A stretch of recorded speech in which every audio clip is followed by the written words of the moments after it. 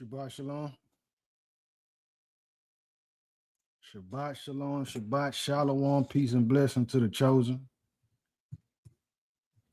Everybody who tuning in, who will tune in, drop a 7 in the comments. Let me know that the audio coming through clearly before we get started.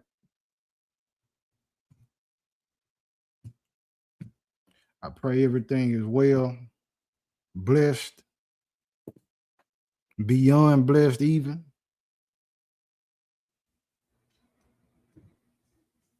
With everybody who come in, drop the 7 in the comment for me. Let me know that the audio coming through clearly. All praise to the Most High. Let me get a second witness. A second witness before we get started. Yeshayahu, peace and blessing to you. The real one. All praise to the Most High. All right, so I see we coming in clearly. So like always, we get some music going. And that'll give time.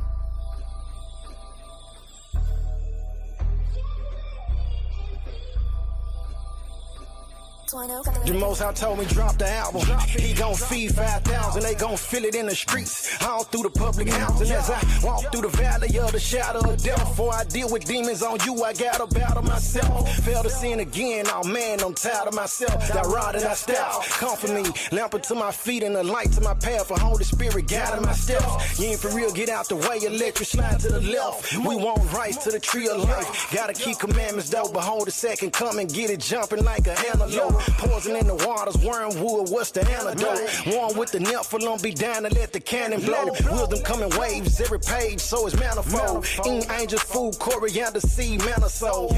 Let us not deceive ourselves nor one another. Teach us how to love our brothers, our sons and our daughters, our daddies and our mothers and our sisters too. I see myself every time I take a look at you.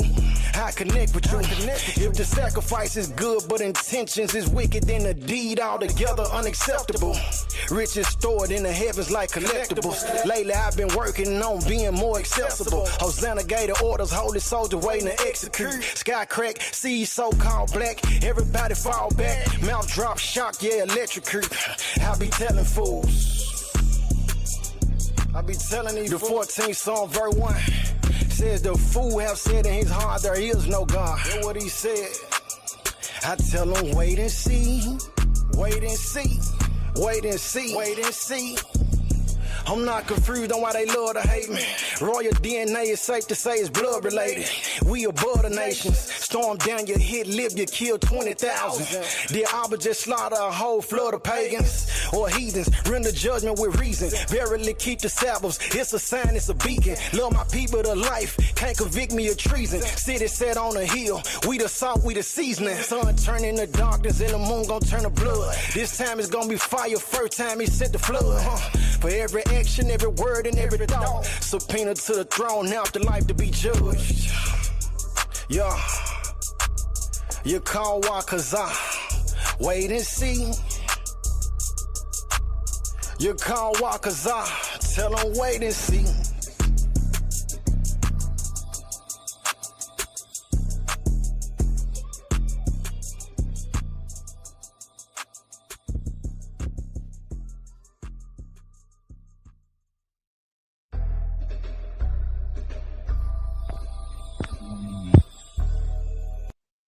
All right.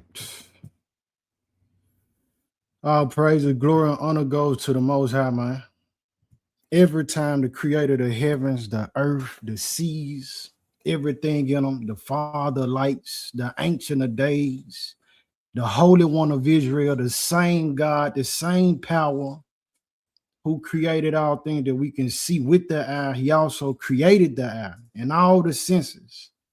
The same one that sent his son to be a sacrifice for his people, to be able to be redeemed back to him, the mediator, talking about Hamashiach, the Messiah Christ, the anointed Savior, the same one who a third portion of the Godhead is the Holy Spirit. You know what I mean? Who the Messiah said, well, if I don't go, then the comforter can't come. The same Holy Spirit that'll lead us into all truths. And if we hear in today's time with everything that goes on, all the philosophies, all the different persuasions, all the different religions and belief systems, all the preferences and perspectives, if we still have a mind and a spirit to say, man, we don't serve none of those gods, those false gods, lesser gods, fallen angels. We are yielding our vessels over to none of that what society is presenting that's against the Most High. We stand and serve the Most High. Man, we blessed, man. That in itself is a blessing that's really unspeakable. You got to think about how many people still sleep. How many people out here, they still just going about rejecting information, rejecting the truth, rejecting knowledge. Matter of fact, they hate the Most High. You got some that even right now, currently, today, to hear anything about the Most High and his word, it offends them. It bothers their spirit. They don't want to hear it. If you feel like that, you got to know it's a demon in you.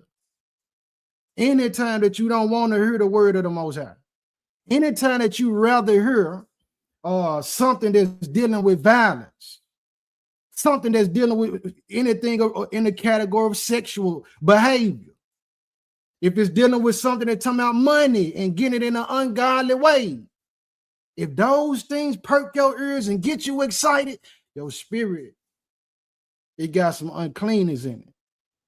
All right, but on the other hand, those who we glorify and magnify the Most High. We live to praise him. We delight to do good. Man, you a different type of person in today's time, and you are necessary. It's wheats and it's tares. The thing about wheats and tares is that when you look at those crops, they look similar. But if you look closely, it is a difference that can be told, that can be viewed.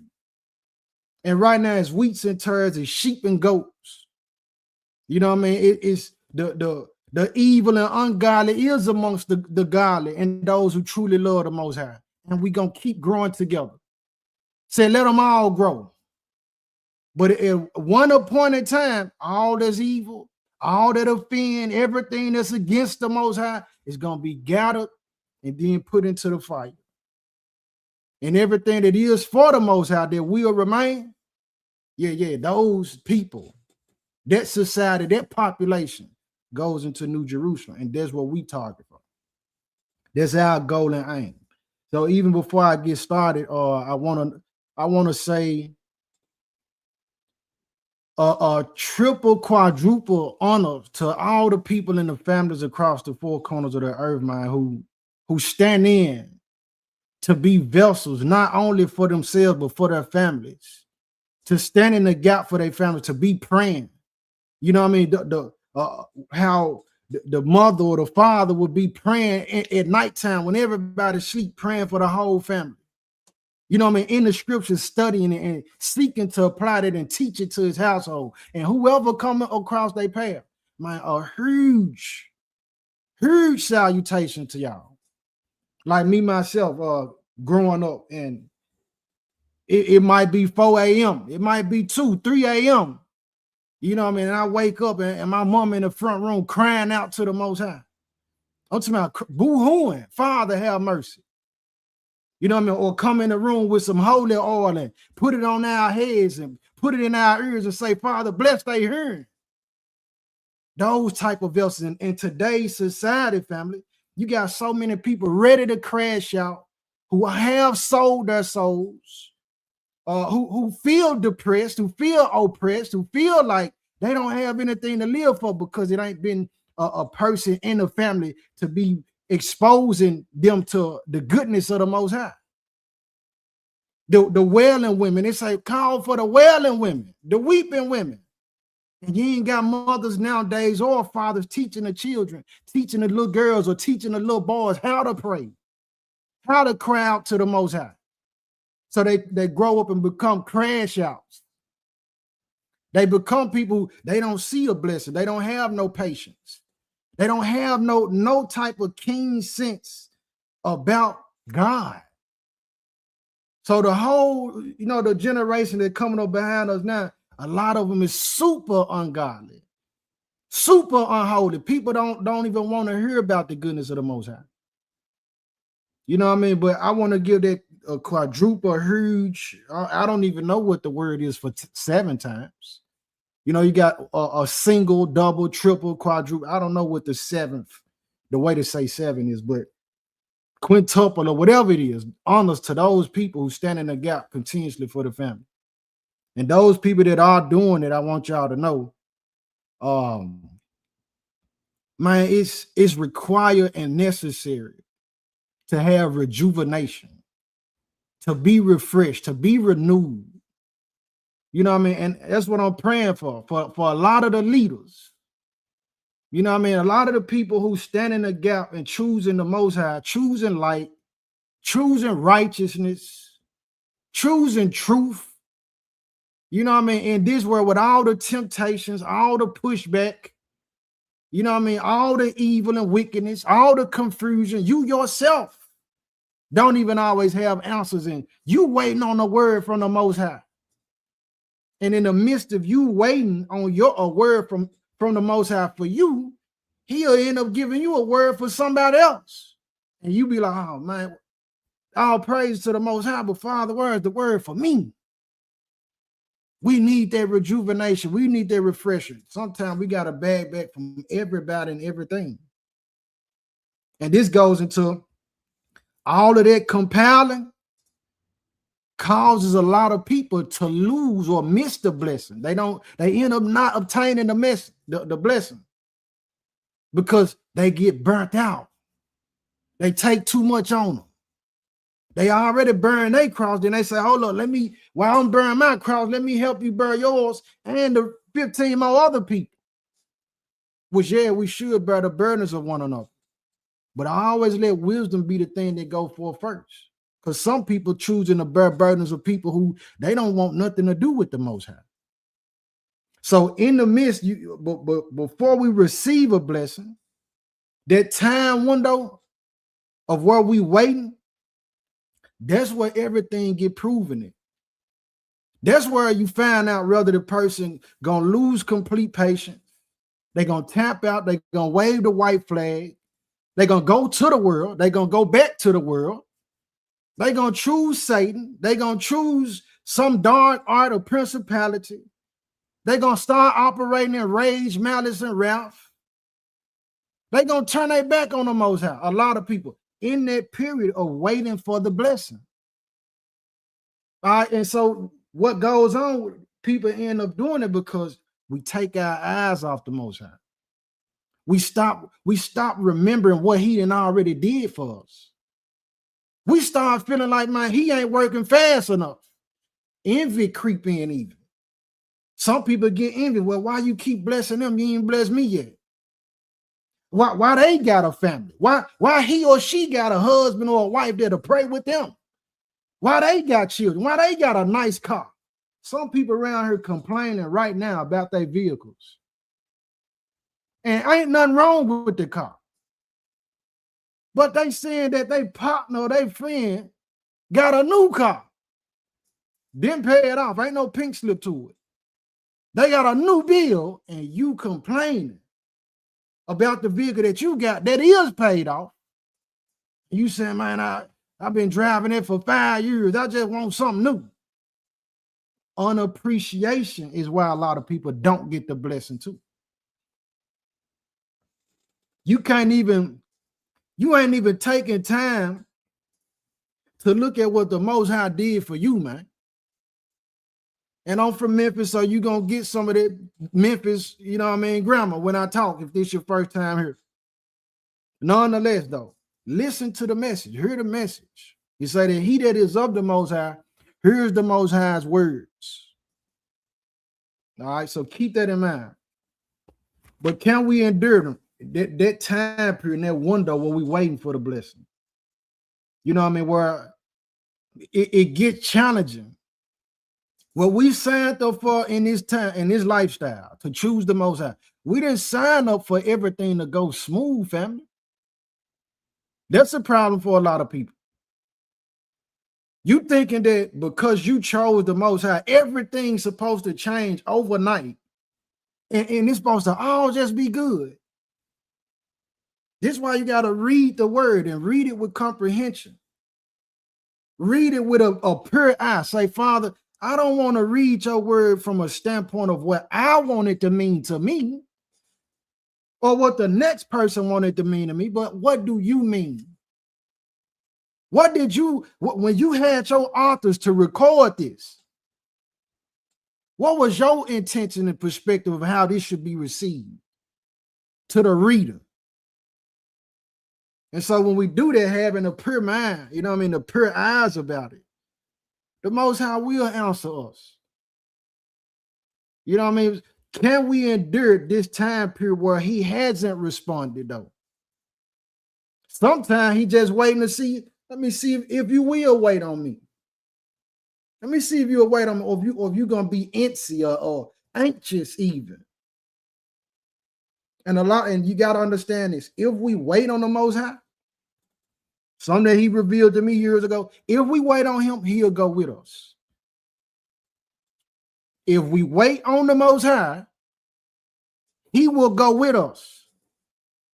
But if you choose to move and he ain't tell you to move, you're going to go out there by yourself and end up getting slaughtered, end up disappointed, end up hurt, end up with your heart broke. You thinking that, okay, well, this must be the one that God sent for me to marry. This must be the one who the job he told me to go to. This supposed to be the group of people I'm supposed to hang with.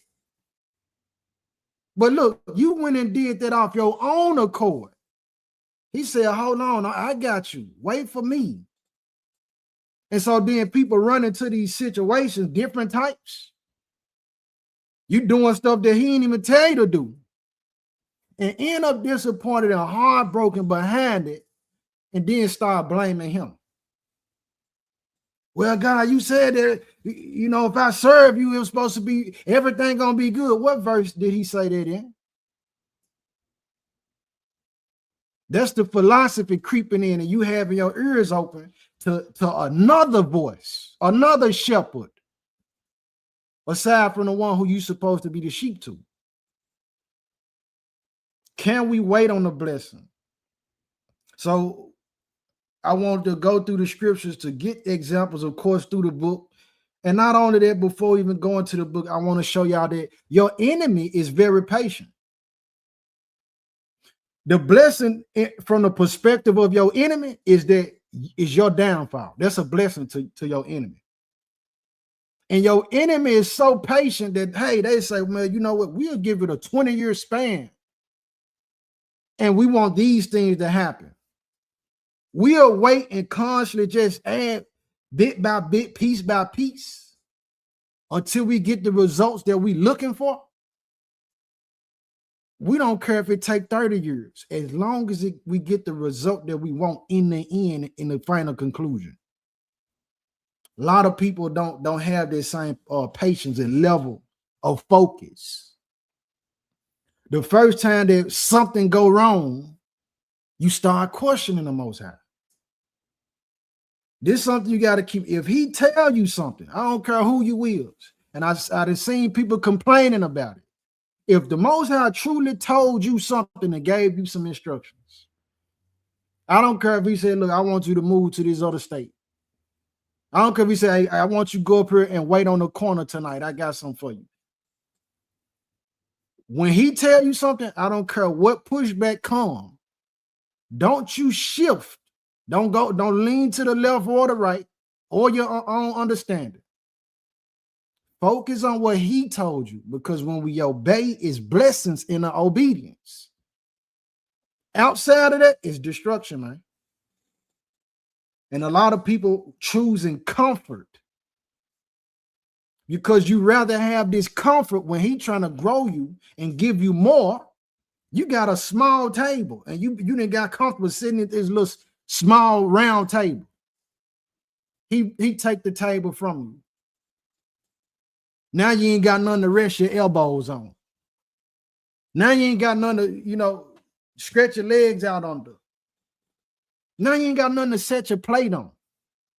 And it's just a short one where he said, I'm going to take this table from you because it's too small, son. It's too small, my daughter. I'm going to give you a bigger table. And in the midst of the table being gone, while he finna slide it up, the people crash out. They give up.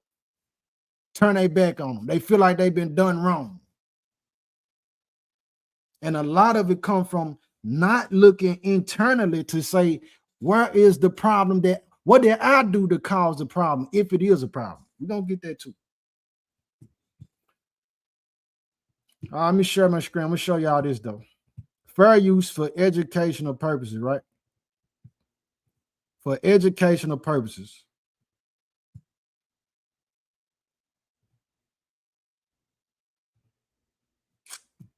It says, book written in 1997 predicted what will happen in 2025. Fair use. I want y'all to listen to this. And I'm going here because the information that'll be talked about in this video, I want you to understand the mind of the adversary. I want you to understand the mind of the children of darkness. How they have patience. They can wait. Can you wait, though?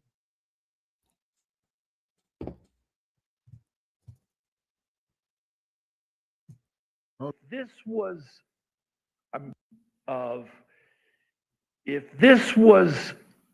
I'm going to use this word predicted for lack of a better word. This is not prophecy, but prediction.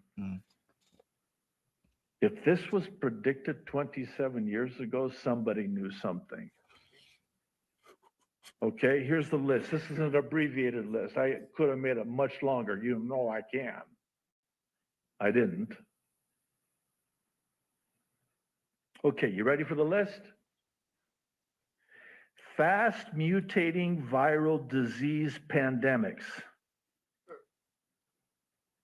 Genetically developed vaccines. Smart IDs. 1997! I'm sorry, I didn't mean to scream, but just make sure none of you are nodding off, because the eyes get heavy and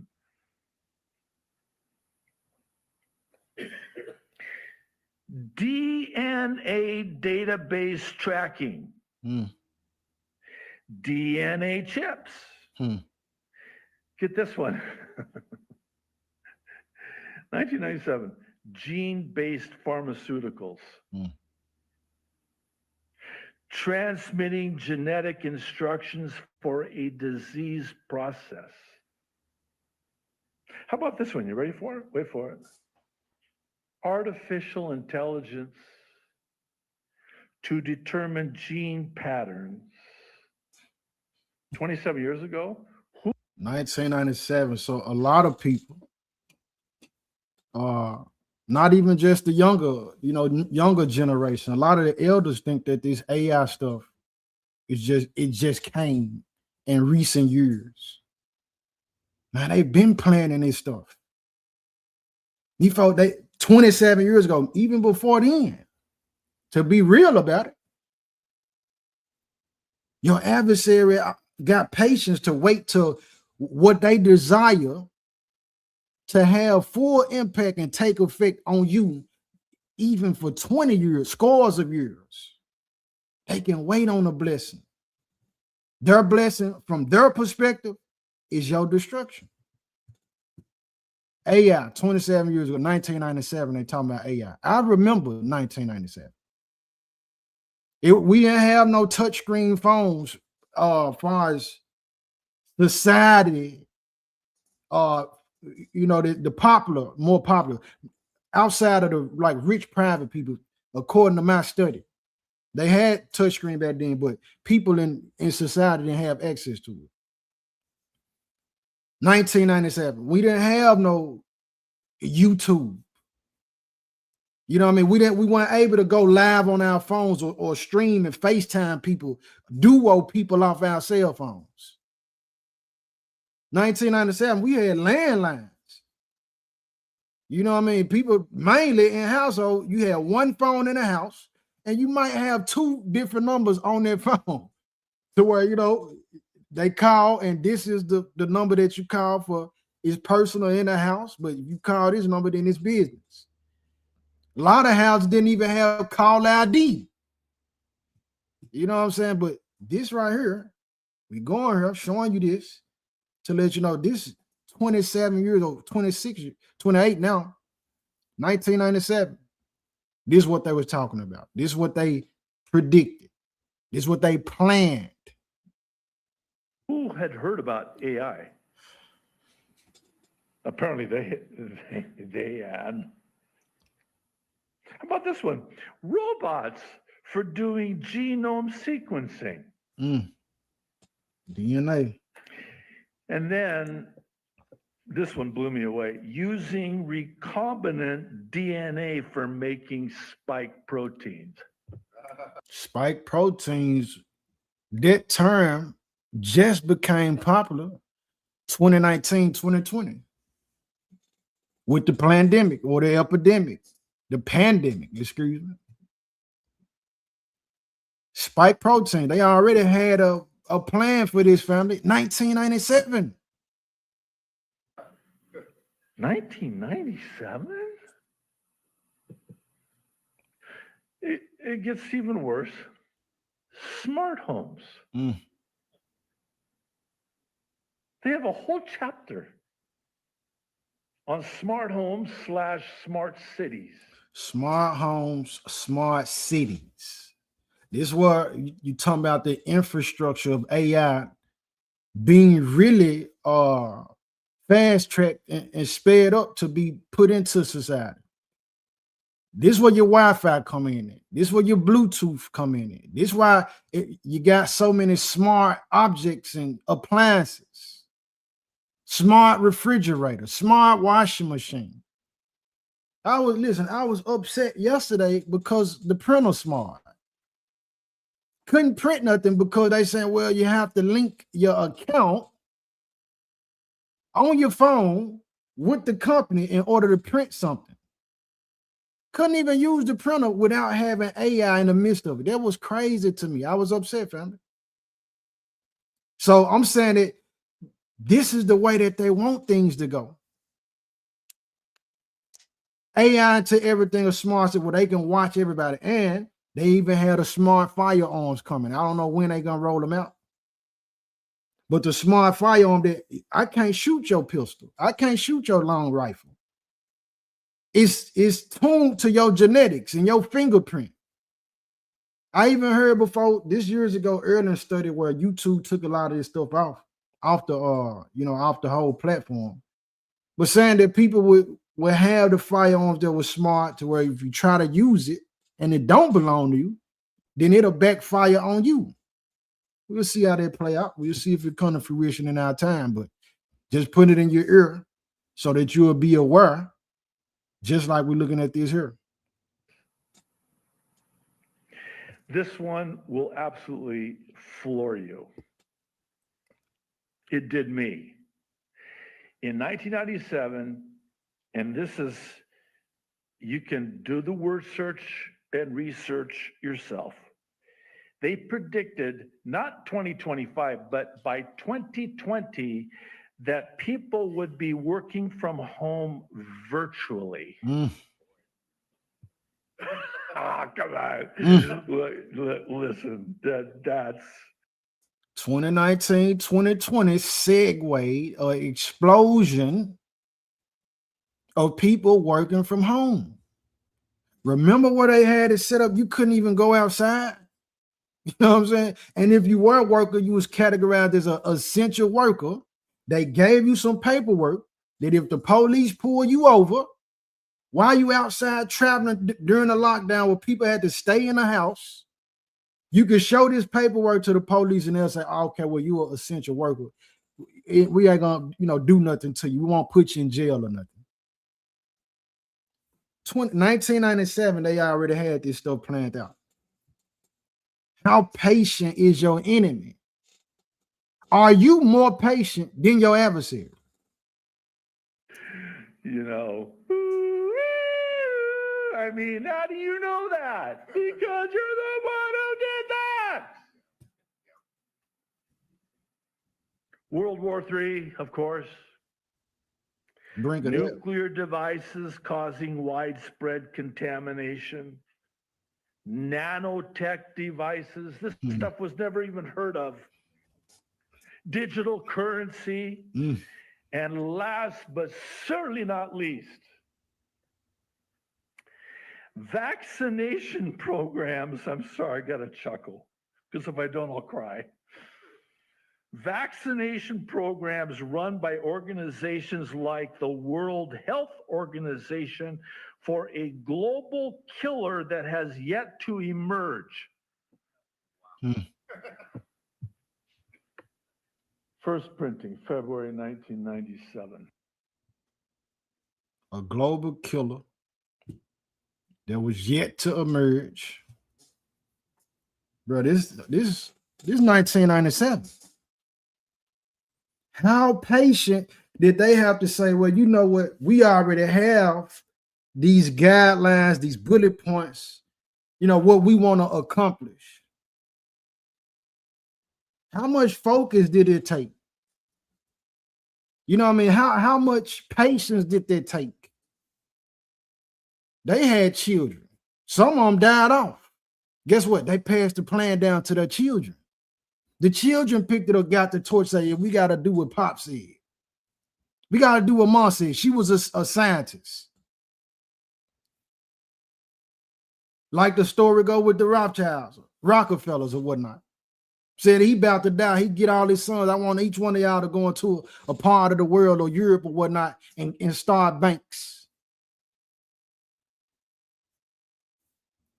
So I'm showing that, family, because we got to understand, man, we get caught up in this realm so much, we forget that, man, look, it's something that come after this.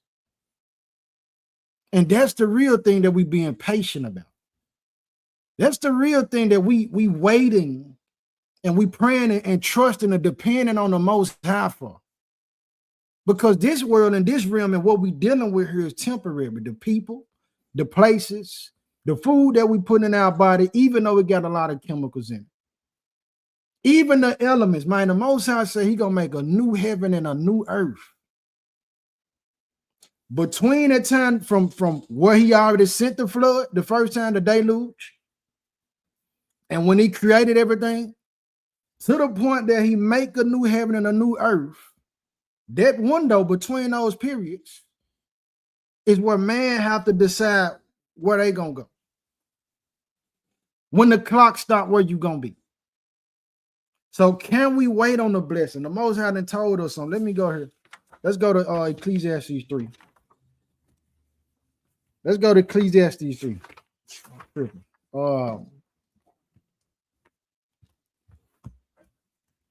The Most High's purpose, man. The Most High's purpose is to be held in the highest regard. And if he tell you something, is he tell me something, he tell us something, you got to understand, man, you have an adversary, a force that's against you that's going to want to stop you from doing what he said.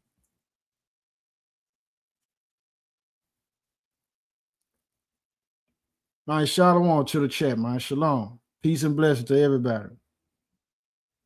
We're in Ecclesiastes 3, though. Verse 1, it says, to everything there is a season and a time to every purpose under the heaven. It's a time to every purpose. So it's a reason for everything. So a part of what inspired this message is, you know, through the week, I always pray and ask the Most High, what's the word? What's a timely word for us? And then seeing certain patterns end up happening a lot of times.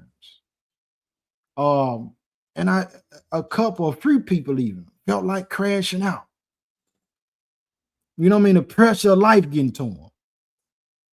We got to understand that the powers that be, they don't love you. They don't love us. Neither do they love the Most High. They are against the Most High. So their goal is to oppress, and they want to feed our poor energy from your stress. I'm gonna go into some stuff to show you why that's a thing that the enemy want to capitalize on. But this is what we have to understand. If we take inventory and say, well, why am I in this situation? What is the purpose? What is the Most High trying to show me in this situation where it seems like things ain't working out for me to do, or the way that I want them to work out? That right there, that question got so much power in it. It can bring so much relief because then it take our minds off of the situation at hand, more so to reflect on. Well, what is the Father doing? Because what he is doing is way more important than what any spirit or any person can do. So anytime we're dealing with anything, it's for a reason. Now, is the reason of whatever we battling, or whatever we going through and faced with, is it because we sin? A lot of times it's because of what we did. Is it because somebody before us sinned? Let me go to Leviticus. I want to get here. Let me get some out the Torah. Is it because our forefathers, our foremothers, our mamas, our daddies, our grandparents, did they sin? Did they do something? Let me see. Hold on.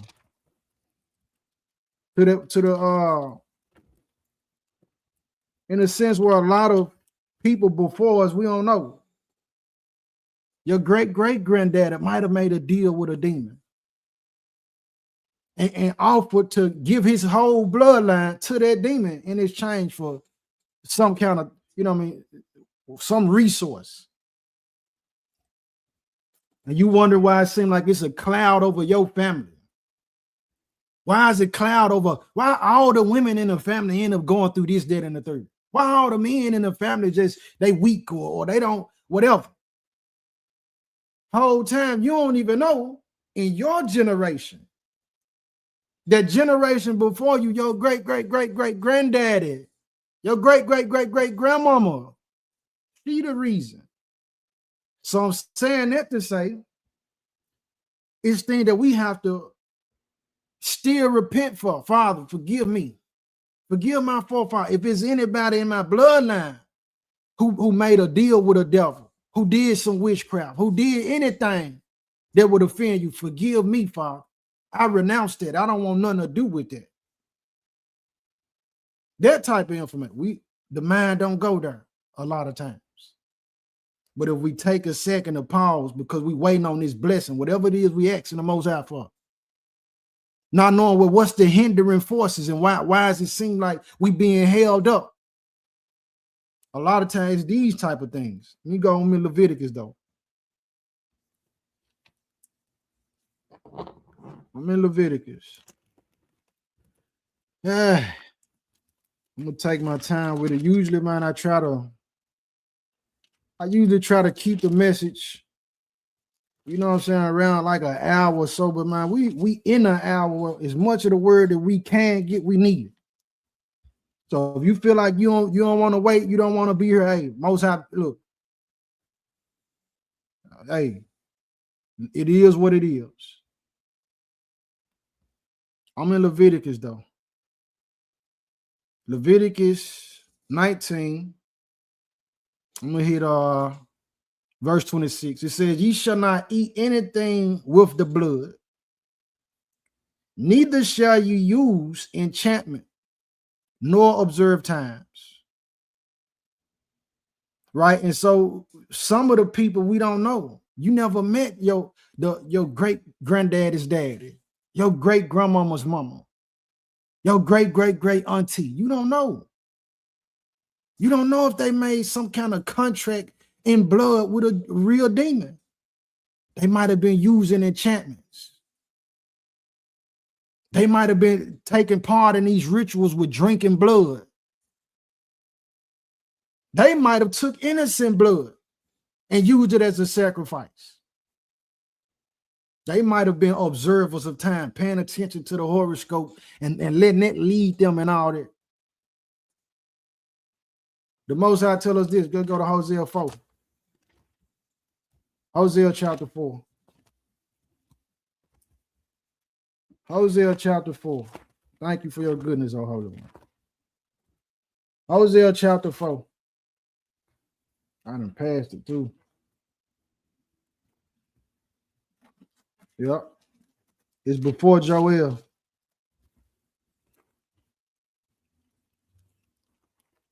Before Joel and after Daniel. Hosea 4 and 6.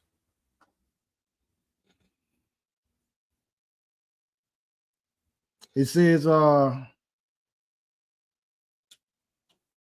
man. You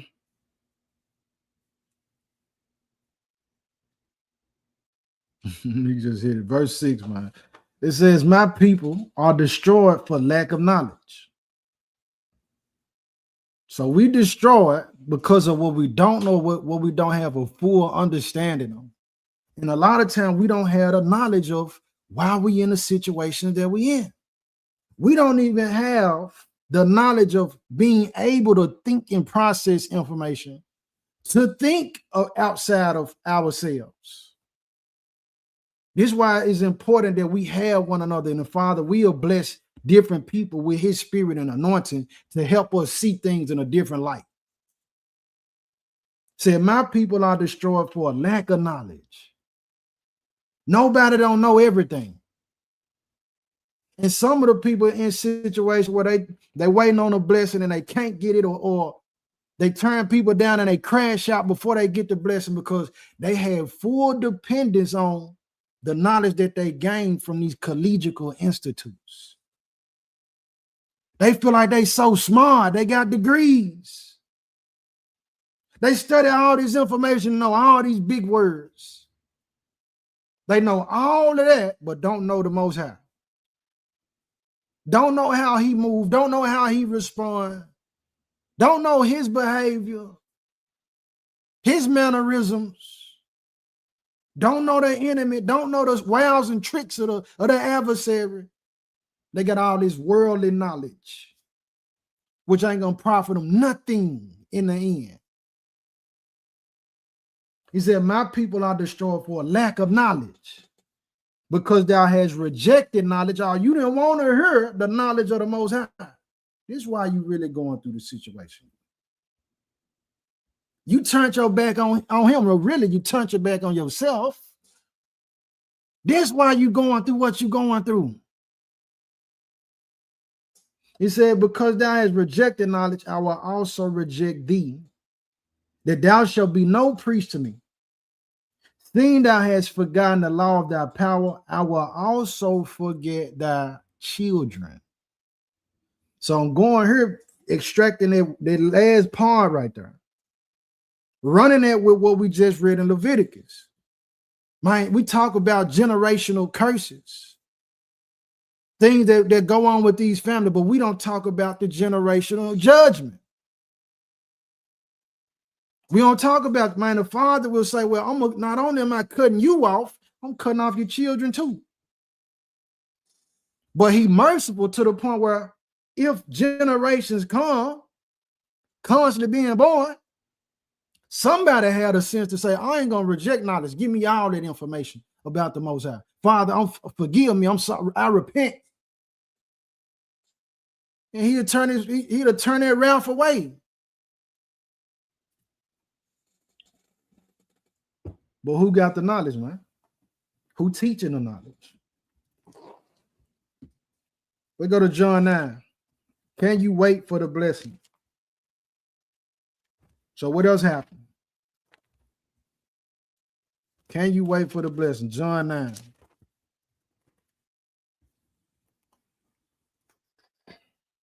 St. John 9, I'm starting with 1. Watch what this say.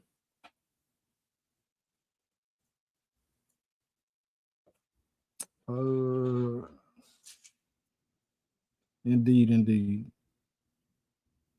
St. John chapter 9, verse 1, it says, and as the Messiah passed by, he saw a man which was blind from his birth. So we got to stop right there. He saw a man A man is different from a boy and a child, an adolescent, an infant. He said he saw a man that was born, that was blind from his birth. So this, he's been dealing with blindness since, his infancy. And his disciples asked him, saying, Master, who did sin? This man or his parents that he was born blind? All right, so because in this account, family, the blessing is the healing of the man's eyes to where he's not blind no more. But look at how long he dealt with this since he was born. And the disciples asked a question that we're gonna use as pivotal, pivotal verses for a second. Said, who did sin? This man or his parents that he was born blind? So we see that what we just went through from Leviticus. We do have people in our bloodlines who might have done some things that we're not aware of. Then sometimes we dealing with stress and problems or whatever pushback, hindering spirits, and the windows and the gates of the dark forces open in our life because sin we commit. Well, look at what the master say. He said, Yeshua answered, neither have this man sinned, nor his parents, but that the works of the Most High should be made manifest in him. So sometimes we in these hard places. We feel like we're struggling, we behind, we don't have what we need. Feel like the whole world and the pressure of life coming down on us. It ain't because no sin you committed or even nobody in your bloodline. Sometimes the Most High just allowing it to happen for him to get his glory, to show you where he can deliver you from, to show other people where he can deliver you from, because he's still the same power. He's still the same God that he was way back when, man. I don't care what nobody tell you. Acting like it's a different God from the Old Testament to the New Testament. No, his word just been getting fulfilled. I'm going to scatter y'all. That's what he said. Said those that hate you going to rule over you. You're going to be subject to another nation. This is why in the New Testament, you don't read about Israel going to war with no other nation, because we've been made subject. His word don't come back void. And on that note, watch this. Let's go to Daniel 2. Daniel 2. How long can you wait? Watch this. I want y'all to somebody tell me in succession, right? The Babylonian kingdom. You don't even have to have the Bible for this information. This world history. What people conquered the Babylonians? And then after you get that answer, I want you to tell me what people conquered them. And then who conquered them? They conquered them. Yeah, Daniel chapter 2, man. So backstory before we go into it, right? Nebuchadnezzar, he had his dream. And in his dream, he ended up waking up from the dream. He didn't forget it. He didn't called all the astrologers, the soothsayers, the wise men. He like, man, look, I need y'all to tell me what this dream is that I had. And not only tell me that, but tell me what it means. And if you do that, look, I got you. They couldn't do it, so he get to threaten them. If y'all can't tell me, I'm going to kill y'all, man. Matter of fact, he go to the point, he put a decree out, man, I'm finna kill everybody in the kingdom who's supposed to be a wise man. This also included Daniel, because he was revered as a wise man. Daniel, Hananiah, Mishael, and Azariah. So Daniel speak to the captain of the guard or whatever and tell him, hey, man, I tell the king, hold up for a second, give me a minute. Give me a little time. We're going to get the answer for him. They go pray, they go fast, whatnot. Most High give him the dream, the interpretation of it. Now he get back to tell the king what his dream is and what it means. So I'm in Daniel 2. Let's see. I'm gonna start here at I'm gonna start at 25. It says, then Arioch brought in Daniel before the king in haste and said thus unto him, I have found a man of the captives of Judah that will make known unto the king the interpretation. The king answered and said to Daniel, whose name was Belteshazzar, art thou able to make known unto me the dream which I have seen and the interpretation thereof?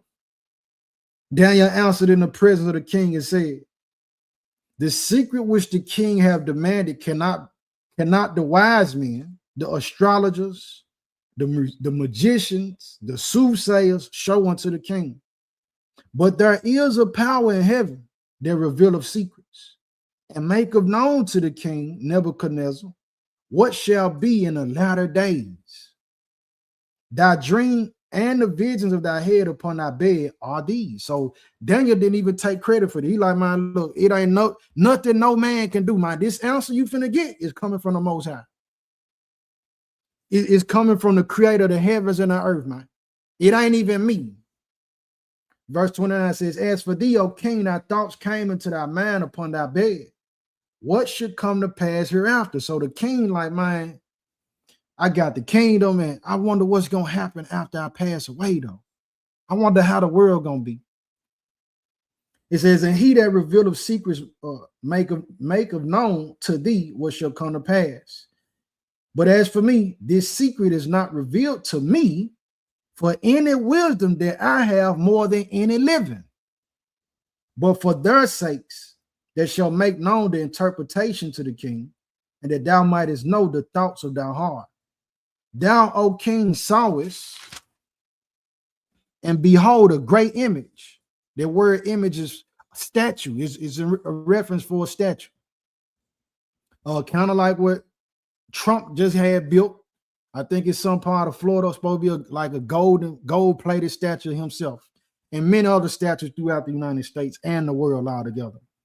I would say, behold, a great image. This great image, whose brightness was excellent, stood before thee, and the form thereof was terrible.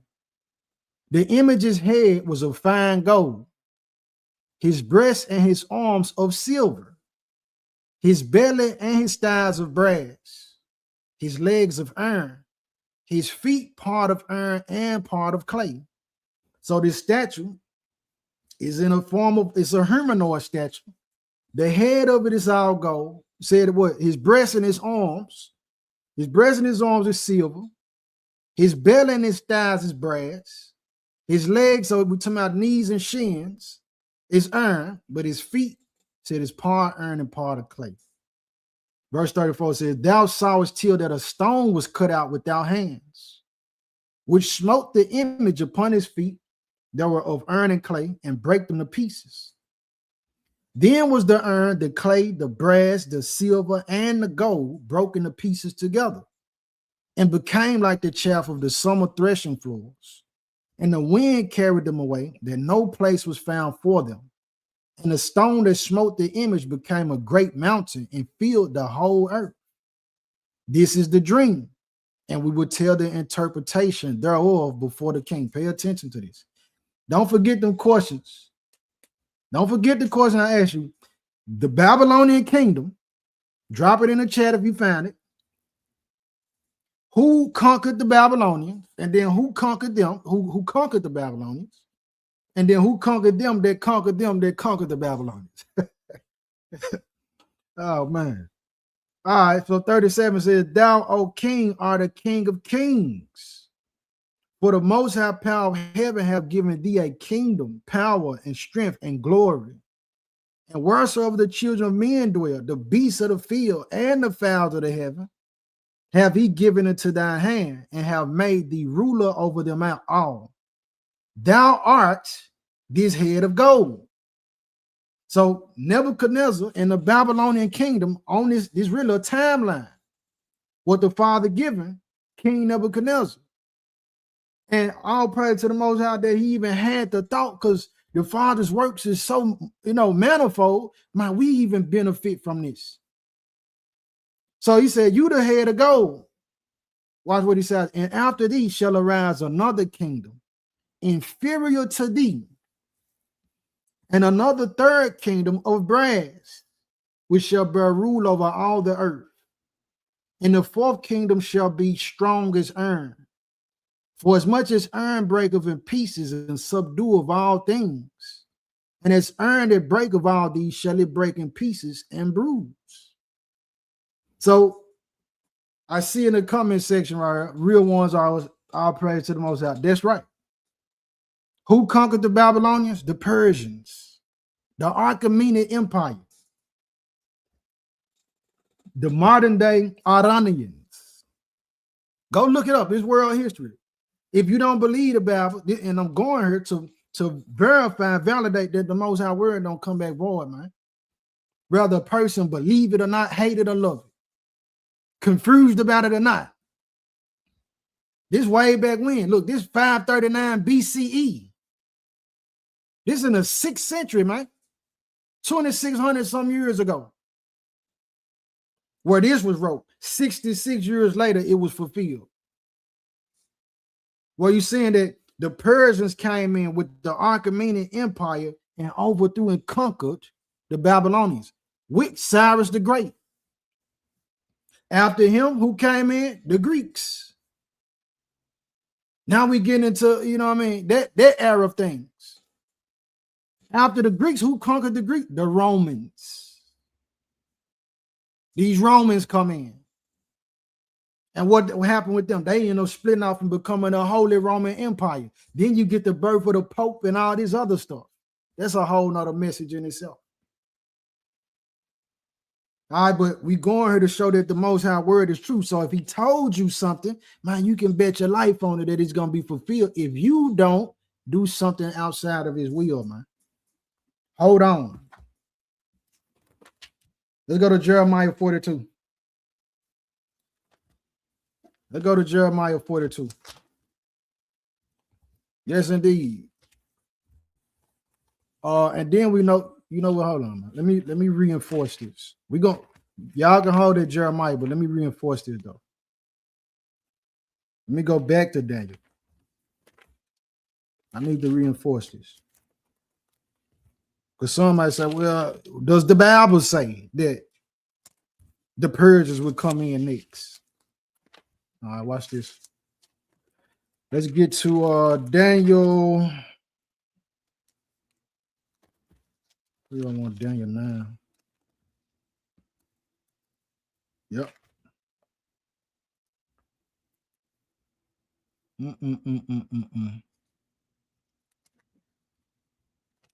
No, I want Daniel 10. Yeah, Daniel 10. Watch this. Look. Let's see where I want to start at.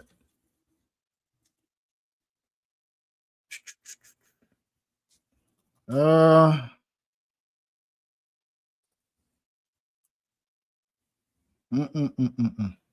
just get you straight to the verse, man.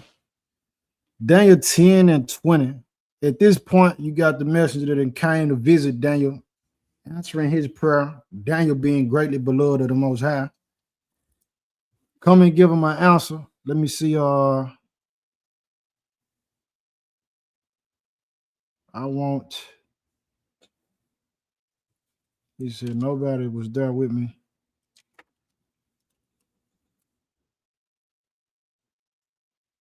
I'm gonna start with 12, or at least hit it.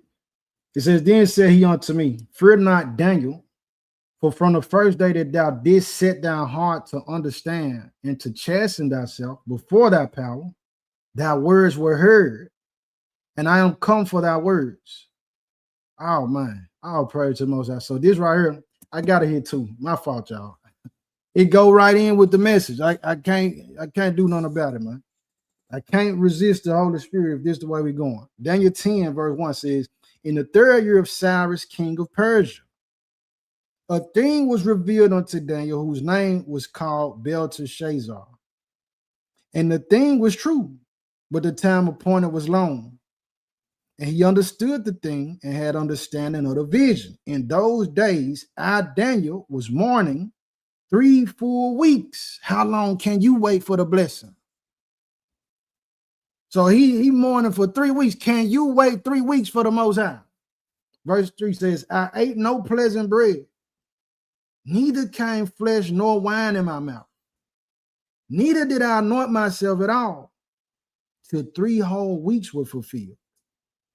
And in the 24th day of the first month, as I was by the side of the great river, which is Hiddekel, then I lifted up mine eyes and looked, and behold, a certain man clothed in linen, whose loins were girded with fine gold of Uphaz. His body also was like the beryl. That's a green, if you don't know. It says, in his face as the appearance of lightning, and his eyes as lamps of fire, and his arms and his feet like in color to polished brass. And the voice of his words like the voice of a multitude. So we going here because Daniel waiting 3 weeks, man. Some people can't wait 3 hours, 3 days, 3 minutes. You can't do it. But he putting himself under, he putting his flesh under subjection, fasting like that for 3 weeks, man. And look what happened. Verse 11, I'm going to jump down. It says, and he said unto me, O Daniel, man greatly beloved, understand the words that I speak unto thee, and stand upright. For unto thee am I now sent. And when he had spoken his word unto me, I stood trembling. Then said he unto me, fear not, Daniel, for from the first day that thou didst set down hard to understand and to chasten thyself before thy power, thy words were heard, and I am come for thy words. So when Daniel made up in his mind, look, man, I'm finna fast, man. I'm finna go on a 3-week fast. I'm gonna do this, that, and the third. Devote myself to this, making this vow to the Most High that this is what I'm gonna accomplish. He said soon as he did it, his words was already heard. But he still had to carry it out. And why didn't the answer or the blessing and the message to what he wanted, why didn't it come immediately since his words was already heard soon as he started? We're going to get it. It's going to tell us. It says, but the prince of the kingdom of Persia withstood me 21 days. 3 weeks right there now. It says, but lo, Michael, one of the chief princes, came to help me, and I remained there with the kings of Persia. When they say the prince of the king, the kingdom of Persia is talking about a spiritual, an angel, a ruler. But from here, I'm jumping down. He says, now I've come to make thee understand what shall befall thy people in the latter days. For yet the vision is for many days. And when he had spoken such words unto me, I set my face toward the ground and I became dumb. You see, now I'm going to jump down. So we see that Daniel purposed in his heart, he going to fast for 3 weeks. Just as soon as he made his mind up to do that, his words was heard. But he didn't get his answer to what he was inquiring about immediately because the messenger with the answer was withstood by the prince of Persia. All right, verse 20. Now, it says, then said he, knowest thou wherefore I am come unto thee? And now will I return to fight with the prince of Persia. And when I am gone forth, lo, the prince of Grecia shall come. But I will show thee that which is noted in the scripture of truth. And there is none that holdeth with me in these things but Michael, your prince. So he's in Persia. Said the prince of Persia withstood him. After the prince of Persia leave, then the prince of Grecia got to come. Now go check world history and tell me again, those who come in late and who might not know, the Babylonians was conquered by the Persians. The Persians was conquered by the Grecians, and the Grecians were conquered by the Romans. This is in the Bible. So people get to tell me out, oh man, that book false, it's a fairy tale book and it ain't real. And man, they don't, because they haven't studied it. And for two, they already have a hate for the Most High, so they don't want to understand it. They don't want to learn it for real. A lot of them. But you show them that though. Show them that next time they say, well, what prophecies and what truth is in it that we could even use to know that it's an actual validated book. Now we're going to Jeremiah 42. I'm getting hyped, man. Let's go to Jeremiah 42, though. Peace and blessing to the chosen. Jeremiah chapter 42. Can you wait for the blessing? Daniel waited 3 weeks, man. Can you wait for that? I'm in Jeremiah 42. Watch this. It says, then all the captains of the forces, because at this time you had, now we're going back in time, Nebuchadnezzar, Babylonian rulers taking the children of Judah, our people, out of the land, replace who was the ruling, vessel at the time, Gedaliah. The people end up getting word about it, and you had Ishmael to come and kill Gedaliah. And so then you had Jehoiakim to come up because we were captives in this Babylonian kingdom. The people wanting to go into Egypt for fear of the Chaldeans or the Babylonians. So this is what happened. Verse 42, Jeremiah is prophesying in this, at this time. It says, then all the captains of the forces, and Jehoiakim the son of Kareah, and Jezaniah the son of Hoshiah, and all the people from the least even unto the greatest came near, and said unto Jeremiah the prophet, let we beseech thee, our supplication be accepted before thee, and pray for us unto the Most High thy power, even for all this remnant, for we are left but a few of many, as thine eyes do behold us, that the Most High thy power may show us the way, wherein we may walk in the thing that we may do. This happens so often. We waiting on a blessing. You know what I mean? And we get to inquire, well, let me call sister such and such. I know she can get a word from the Most High. Let me call brother elder so-and-so. I know, me ask me to have him to pray for me. Ask the Most High what I need to do about this situation. A lot of people, because he's still out there thugging and banging, but he know who tapped in with the Most High. Hey, I had to call you to see if you could pray for me and see if you'll get an answer from the Lord for me. This is how people coming. Knowing where the Father then put his blessing and anointing on certain people. Verse, what we at? Verse 4 says, then Jeremiah the prophet said, unto them I have heard you. Behold, I will pray unto the Most High your power according to your words. And it shall come to pass that whatsoever thing the Most High shall answer you, I will declare it unto you. I will keep nothing back from you. So I'm going to do like you said. I'm going to ask the Father what you need to do about this situation. And whatever he tell me, I'm going to tell it to you. I ain't going to hold nothing back from you. Verse 5 said, then they said to Jeremiah, the Most High be a true and faithful witness between us, if we do not even according to all things for the which the Most High thy power shall send thee to us, whether it be good or whether it be evil. We will obey the voice of the Most High, our power, to whom we send thee, that it may be well with us when we obey the voice of the Most High, our power. So whether you come back with an answer that we like, favorable or not, we just want to obey him. We're going to do it. Verse 7 say, and it came to pass after 10 days. Can you wait 10 days? Can you wait 10 days for the Most High to answer the question that you have? To give you instruction, to guide you on what you need to do. Can you wait 10 days for the one that made the clouds to actually respond to you? It said, and it came to pass after 10 days that the word of the Most High came unto Jeremiah. Then called he Jehoiakim the son of Kareah, and all the captains of the forces which were with him, and all the people from the least even to the greatest, and said unto them, thus saith the Most High, the power of Israel, unto whom ye sent me to present your supplication before him. You told me to go holler at him.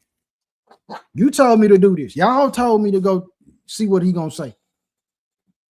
He says, if you will still abide in his land, then will I build you and not pull you down, and I will plant you and not pluck you up, for I repent me of the evil that I have done unto you.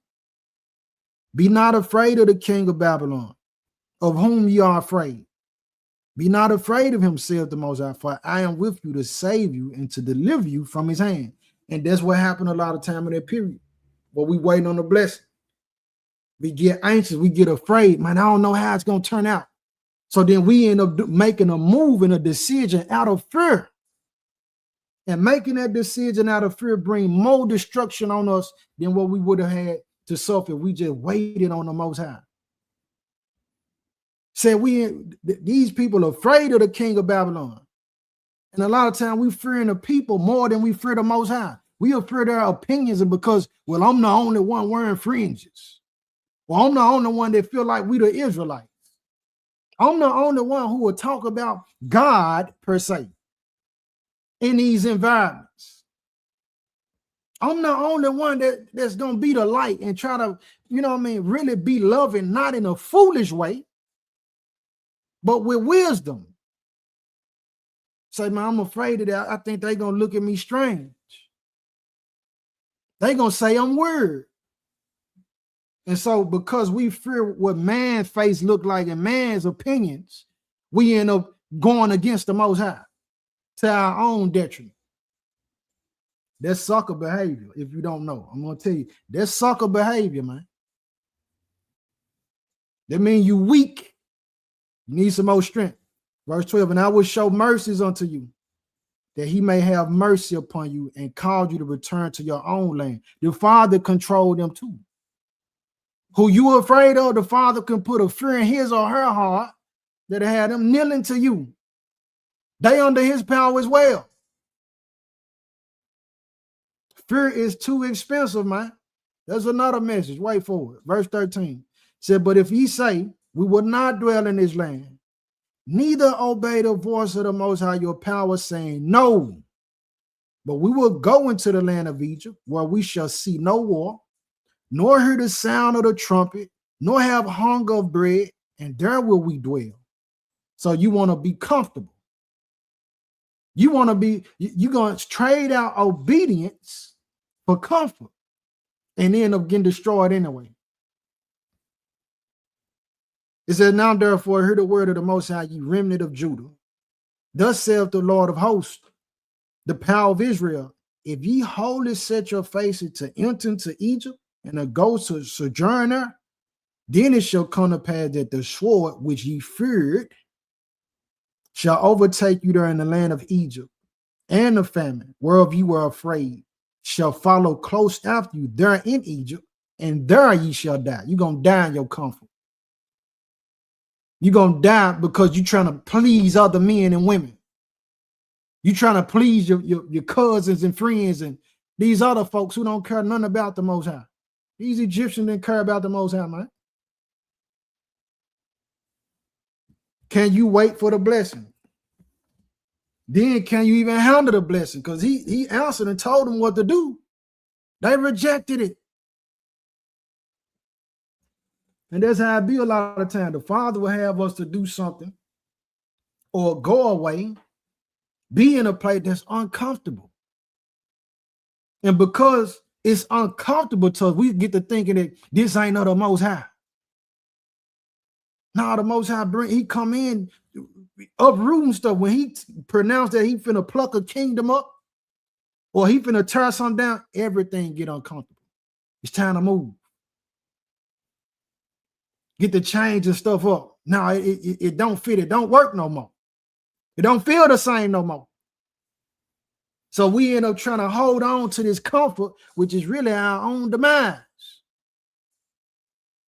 You got to be willing to let stuff go to even get the blessing. In that time window, but before you get it, this will go on a lot of times. This go into what we talking about, the camel in the needle of the eye. Let me go there. Let's go to Matthew. Let's go to Matthew, man.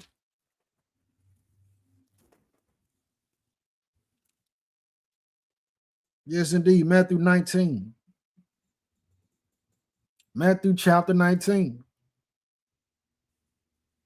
Before you receive the blessing, it's that time period right there that proved the person It proved the vessel. Who are you? You gonna crash out? You gonna yield to your fears? You gonna go sell your soul because things is hard now? You gonna start turning on your loved one? Now you fighting and disrespecting them, and because you mad and you ain't got what you looking for, or you haven't waited, you ain't been patient enough. Matthew 19, man. Verse 24, right on the head. It says, and again I say unto you, this Messiah talking. It is easier for a camel to go through the eye of a needle than for a rich man to enter into the kingdom of a higher. And so when you did do the research on that camel in the eye of the needle, it's not talking about a literal. The little hole that's in the end of the pin of the needle, what you put the thread through. Which in today's time, the love of money is so gross, you really can't compare it to that. But rather that the camel was laden with whatever you had, in order to travel. You got your extra clothes and you got your weapon and you got certain little stuff you're going to cook with because you had a long journey. You didn't travel through the desert. But before you go into the city, definitely if you get there when the gates is closed, they got a way where you can get in. But the camel got to kneel down and you got to take off all your luggage in order for the camel to fit through the eye of the needle to get into the gate or into the city. Are you willing to relinquish and let go of certain things in order to get the blessing that you waiting on? A lot of people ain't willing to do that.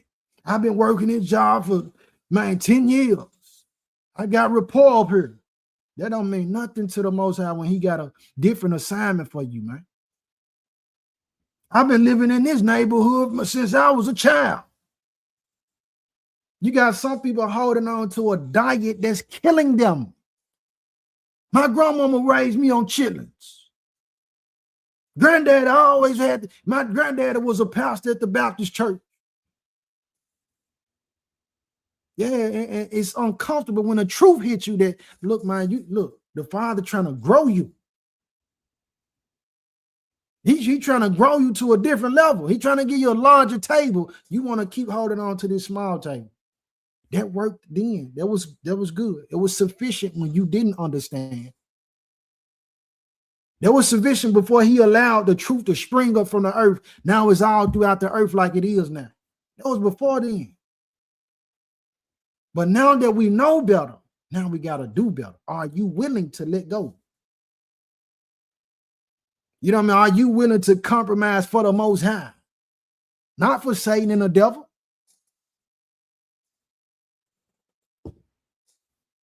You go to Jeremiah 12. Jeremiah chapter 12. Can you wait? Can you wait for the blessing? Jeremiah 12. Can you wait 10 days? Can you wait 21 days like Daniel did?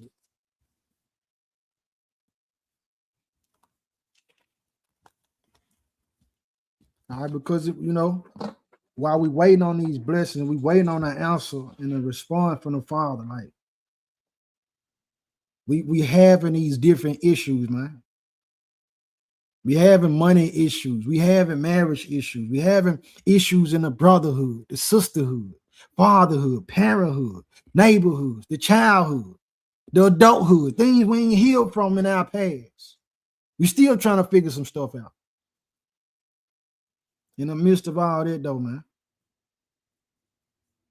we gotta maintain and retain the focus on the Most High.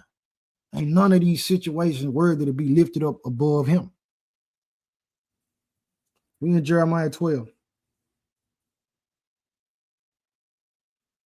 Verse 4 says, how long shall the land mourn and the herbs of every field wither for the wickedness of them that dwell therein? So if you don't know, a byproduct of evil and wickedness in the earth actually affects creation.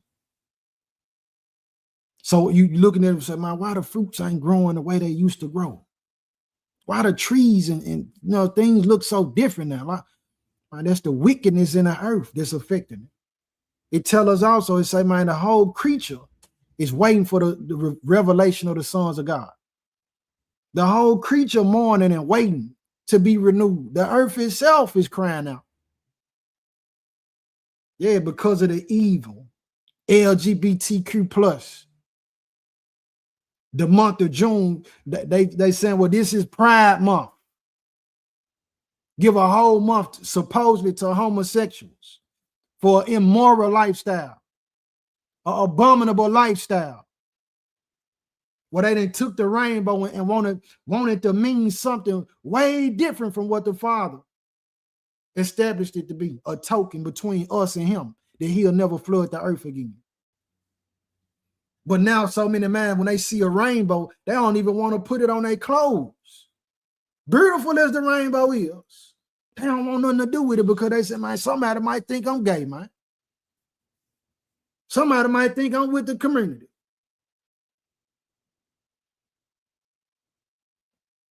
Yeah, it said, how long shall the land mourn and the herbs of every field wither for the wickedness of them that dwell therein? The beasts are consumed and the birds, because they said, he shall not see our last end. Verse 5. If thou hast run with the footmen, this you on foot, you running on foot now. It says, and they have wearied thee. You got tired running with other people who on foot like you. Then how canst thou contend with horses? How are you going to compete with a creature whose speed can get up to beyond 30 and 40 miles an hour running? A horse. How are you going to contend with that horse if you can't even contend with people who two-legged like you? It says, and if in the land of peace everything is good, wherein thou trustedest, they wearied thee. You didn't got tired and wore out where it ain't even all that bad like that. It said, then how would thou do in the swelling of Jordan? So if the Most High allowed the Jordan River to just, a tsunami to just flood all the land, the Mississippi River just come up and flood all the land. Like they talking about the whatever sea that is, the West Coast, the sea come up all over California. You know what I mean? The Atlantic and the Pacific, it just come all up on the East Coast, New York or whatever. Like how you gonna deal then? You can't even, you giving up, tapping out, don't have patience in a time period where you at least can just get up and go walk to the corner store. You can at least just go to sleep when you feel like it, take a nap. You at least got clean water enough where to the eye, you say, man, it's clean enough where I can drink it. It ain't all muggy and got feces in it. How you gonna do when it really get terrible? This is what he's saying right here in verse 5. Can we wait for the blessing? Can you wait for it? Yeah, man. So a lot of time how you do, you know what I mean, under pressure is way different from how people operate when it's peaceable. Let's go to Luke. Going to Luke 23. Luke chapter 23. Have your way, Father. Have your way. Luke 23.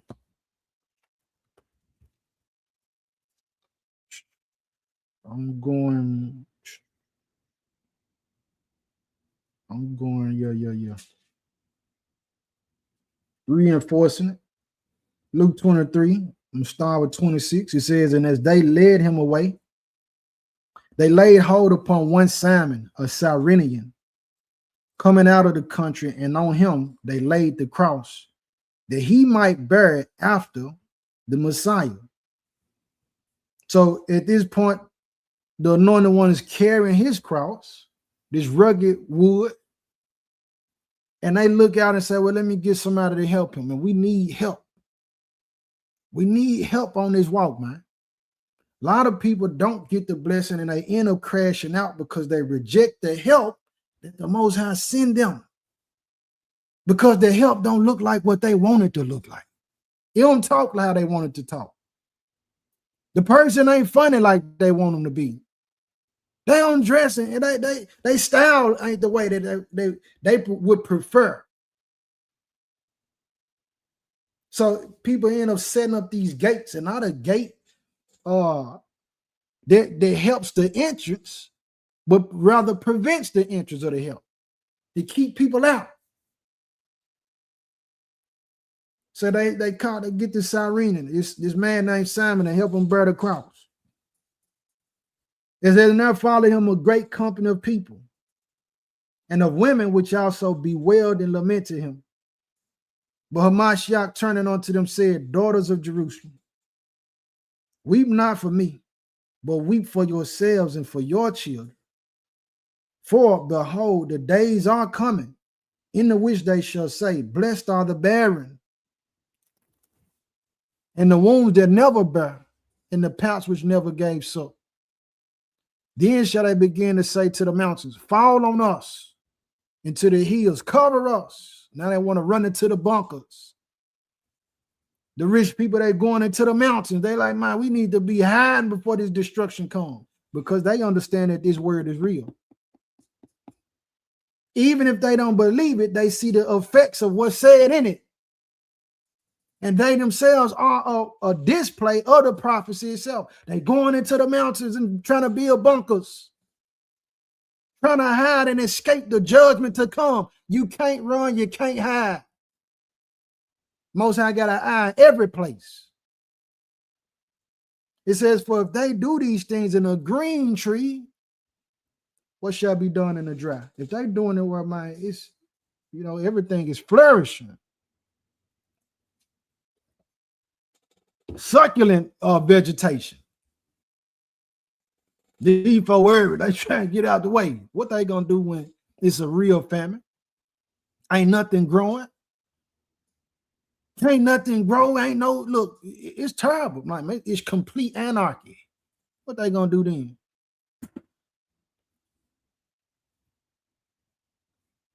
Yeah, man. So that's what we gotta understand too. In the window of waiting, what you gonna do? Let me see. Let's go to Luke 24. Next chapter, right there. Luke 24. Can you wait for the blessing? Can we wait for it? Can you wait them 21 days like that? Can you wait 21 years? Luke 24. Let's start with so what's happening here is the sisters Mary and the rest of the women that was with them, they went to the sepulchre to try to find Messiah's body. He wasn't present. They go back to tell the other disciples, and they didn't believe it. So verse 11 is where I started. It says, and their words seemed to them as idle tales. But they was like, man, hold on. His body went there. Y'all seen some angels. Men who their bodies were shining. Like, I don't know, man. And you got to look at that. These are people who really walk with the Messiah, and they still couldn't believe, even after he done told these folks. They still couldn't believe. A lot of us lose faith before we get the blessing. A lot of us don't have enough faith that we can even receive the blessing. Do you have enough faith? It says, in our words seemed to them as idle tales, and they believed them not. Then arose Peter and ran unto the sepulchre. That part tripped me out. Peter took out striking. He running. I'm finna go see. I don't know what they talking about. I'm finna go validate this, man. It says, and stooping down, he beheld the linen clothes laid by themselves, and departed, wondering in himself at that which was come to pass. Like, dang. So he really ain't heard. He really risen. Verse 13 says, and behold, two of them went that same day to a village called Emmaus, which was from Jerusalem about 60 furlongs. And they talked together of all these things which had happened. And it came to pass that while they communed together and reasoned, Hamashiach himself drew near and went with them. This is the part we focusing on right here, family. It says, but their eyes were holden that they should not know him. Their eyes were holden that they should not know him. Why? Verse 17. It says, and he said unto them, what manner of communications are these that ye have one to another as ye walk and are sad? So, waiting for the blessing, while you waiting, all these different things is occurring, and then the emotion becomes a screen that end up blocking your view to where you can't even appreciate the blessing, even if you got it right in that moment. Your sadness, you can't even see the blessing because you're too sad. People coming about to try to get you out this stupor, this low funk that you in. You're like, oh man, you just not motivated, depressed, and speaking evil over yourself. I'm depressed. Man, stop saying that kind of stuff. Stop speaking these evil curses over yourself. I can't do it. I'm just not, it ain't for me. So if the Most High say it's for you and then you turn around and say it ain't for him, you're going to make him mad. You're going to make him upset. And how he respond to that, hey, I don't think you want to find out, man. But the sadness, so the Father been sent the blessing. Like I'm talking about, that, just use it as an example for a car. You need a car. Most have somebody to bring you a car. It's not what you like. You so sad, you can't even see like mine. This car got AC and mine, it been 90 degrees. It been 100 some degrees. It been 80 some degrees, man. And hermit. Man, you got a car, AC blowing, the heat work. It's clean, the seats is clean, the radio work. Got a little crack in the window. And because of your sadness or your unappreciation, your emotion, your emotional state, man, I don't like the glass in the crack in the windshield. You don't want it. You end up rejecting the blessing. Let's keep going though. Emotions. Can you wait for the blessing, man? Can you even recognize the blessing, man? We're going to go into the Apocrypha. We're going in there. If you got you a 1611, that'll work too. Second Esdras. Second Esdras chapter 7. Can you wait for the blessing? Do not crash out, man. You don't get nothing in it. You don't get no real reward for crashing out. You don't get no real benefit from crashing out, man. For waving a white flag, for throwing in the towel, unless you competing against the Father. Now, if you're going to submit to him, wave the white flag and try to handle things your way, yeah, it's a lot of profit and benefit in it. But just feeling like, well, you going to check yourself out this realm, you would desire greatly that you hadn't. Second Esdras 7.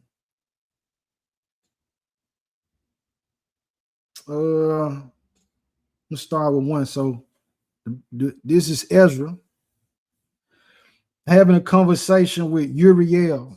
This is who the Most High sent. If you look at Second Esdras 4:1, it'll tell you that Ezra got all these questions for the Most High. So the Most High sent the angel Uriel to answer those questions. So you will read, just for clarity's sake, when you read it, you might see what Ezra even say, my Lord, or call, this angel God. He's not really talking about the angel. The way the Most High use them is that I can explain it as a cell phone. Okay. In order for me to call you, I need the phone. Let me hit so and so up. But the medium that connects us is the phone. This the angel. So when you talking to me, or I'm talking to you, when Ezra, in this case, when Ezra, you know what I mean, refer to, he talking to Uriel saying God or Lord, he talking about the Most High because he understands that the angel is just a mediator in their conversation.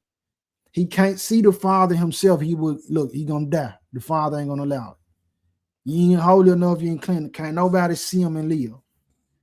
So he send a messenger. He send an angel in. I'm gonna let the angel give you my answer. We'll talk. The angel is the phone for us, if that makes sense. All right, 2nd Ezra 7:1, it says, and when I had made an end of speaking these words, there was sent unto me the angel, which had been sent unto me the nights before. And he said unto me, up, Esdras, and hear the words that I am come to tell thee. And I said, speak on, my God. Then said he unto me, the sea is set in a wide place that it might be deep and great. But put the case, the entrance were narrow and like a river. Who then could go into the sea to look upon it and to rule it? If he went not through the narrow, how could he come into the broad? There is also another thing. A city is builded and set upon a broad field and is full of all good things. This is a city that's full of everything that you can ever desire. This is the example that he gave. He said, the entrance thereof is narrow and is set in a dangerous place to fall, like as if there were a fire on the right hand and on the left a deep water. So you got this city, let's just say it's a golden city, and they got everything in it that you could possibly want, bro. Everything you can want, sis. But the only way you can access it, you got to go through this narrow path. And this narrow path that lead to the city, on one side, it got deep water, monsters in there. You know what I'm saying? Hey, man, you don't know how deep that water. You don't know what's in there. On the other side, you got fire. And just the sheer blaze of it, man, it kind of hits your skin, gets you uncomfortable. Which take me back to the thing about the camel. In a time where we hot, you know, we start taking layers off. You know what I'm saying? We open the window to try to catch a breeze, but more so, if we in that type of environment, we're going to try to take layers off. We got to take layers off in order to inherit the blessing that the Most High already pronounced on our life, man. But a lot of us ain't willing to do it. We ain't willing to take this narrow path. We got to. It's the only way. Because what is worth is of sheer value that nothing in this world can give you, man. The only way to obtain it, you're going to have to go this path. It ain't going to be nothing easy. That's what I'm saying. Or that's what the book is telling us. Verse 8 says, and one only path between them both, even between the fire and the water, so small that there could but one man go there at once, only one at a time. I can't go for you. I can't wait for your blessing for you. You can't wait for my blessing for me. You know what I mean? I can't endure whatever disruptions, you know, that come up in my life, in a sense for you to get your blessing. Everybody got to deal with what's happening in their own lives in order to receive the inheritance. This is what he's telling us. So everybody dealing with something. Some people got a better poker face. It don't look like it. Some know how to hide their hands. Even in other cases, the wicked look like they ain't got no problems at all. They straight. That's what it look like to a lot of people. But what you don't know is what's happening in their heart. You don't know how many times that they feel like, man, I have to go and do something to try to get attention from people to try to fill this void that I got in my soul. You don't know how many times those folks were trying to cut their own wrists. You don't know how many times. See, they posted online that they got the designer clothes and iced out grills and big stacks of money and a big nice house, but they ain't posted they tried to kill themselves. They ain't show you that they tried to drown themselves. They filled the tub up. You know what I'm saying? And I'm speaking on this for educational purposes, YouTube. They ain't showing you that, like, how they, you know, what's really going on with them health-wise in their bodies. I ain't telling you that. So that's for us to not be envying the next person. Verse 9 says, if this city now were given unto a man for an inheritance, if he never shall pass the danger set before it, how shall he receive his inheritance? And I said, it is so, Lord. Then said he unto me, even so also is Israel's portion. So for us being the children of Israel, us being Israelites, you know what I'm saying, his chosen people, yeah, it's different for us. The requirements is different, you know what I mean, because we actually serve him, the Father, the Holy One of Israel. He really dealing with us. Like I done gave the example many times. If you're a teacher, just imagine this, and your own child is in your classroom. And you give out assignments. So I'll change it a little bit. You give out an assignment. If none of the children do the work, you expect your own to do it. Why? Because that child, your child, get extra teaching and nourishing. You know what I mean? They go home with you and get more teaching that the children in the classroom don't get. Y'all bond different. You know what I mean? So when the other children act up, you kind of like, man, I'm going to discipline y'all, but that's really the responsibility of y'all's parents. But when mine act up, oh, man, come here. I'm going to handle you. We're going to get this thing right. That's how it is with us in the Most High. So we go through a lot more. This is why we demonize. They show us and depict us in media and everything else to paint us as the face of evil. You know what I mean? And have everybody looking at us a certain way. And that brings on more of the pressure in the window period before or while we waiting for the blessing. While you waiting for the blessing, the world treating you a certain kind of way. A lot of people ready to crash out right now because of what's going on with Carmelo Anthony. A lot of people want to crash out because of what just happened with the Asian man unaliving the Cyrus. A lot of people ready to crash out because there's a lot of videos. Flood the Builder, what happened with him? A lot of people ready to crash out because it's constantly being promoted. And these spirits is going to and fro, and they look, man, they accepting, draining, and absorbing every source that they can, man. Don't let it be you. Let me keep going. Let's go to Ezekiel 9. So, because in that case, here it brings us to this. Ezekiel chapter 9.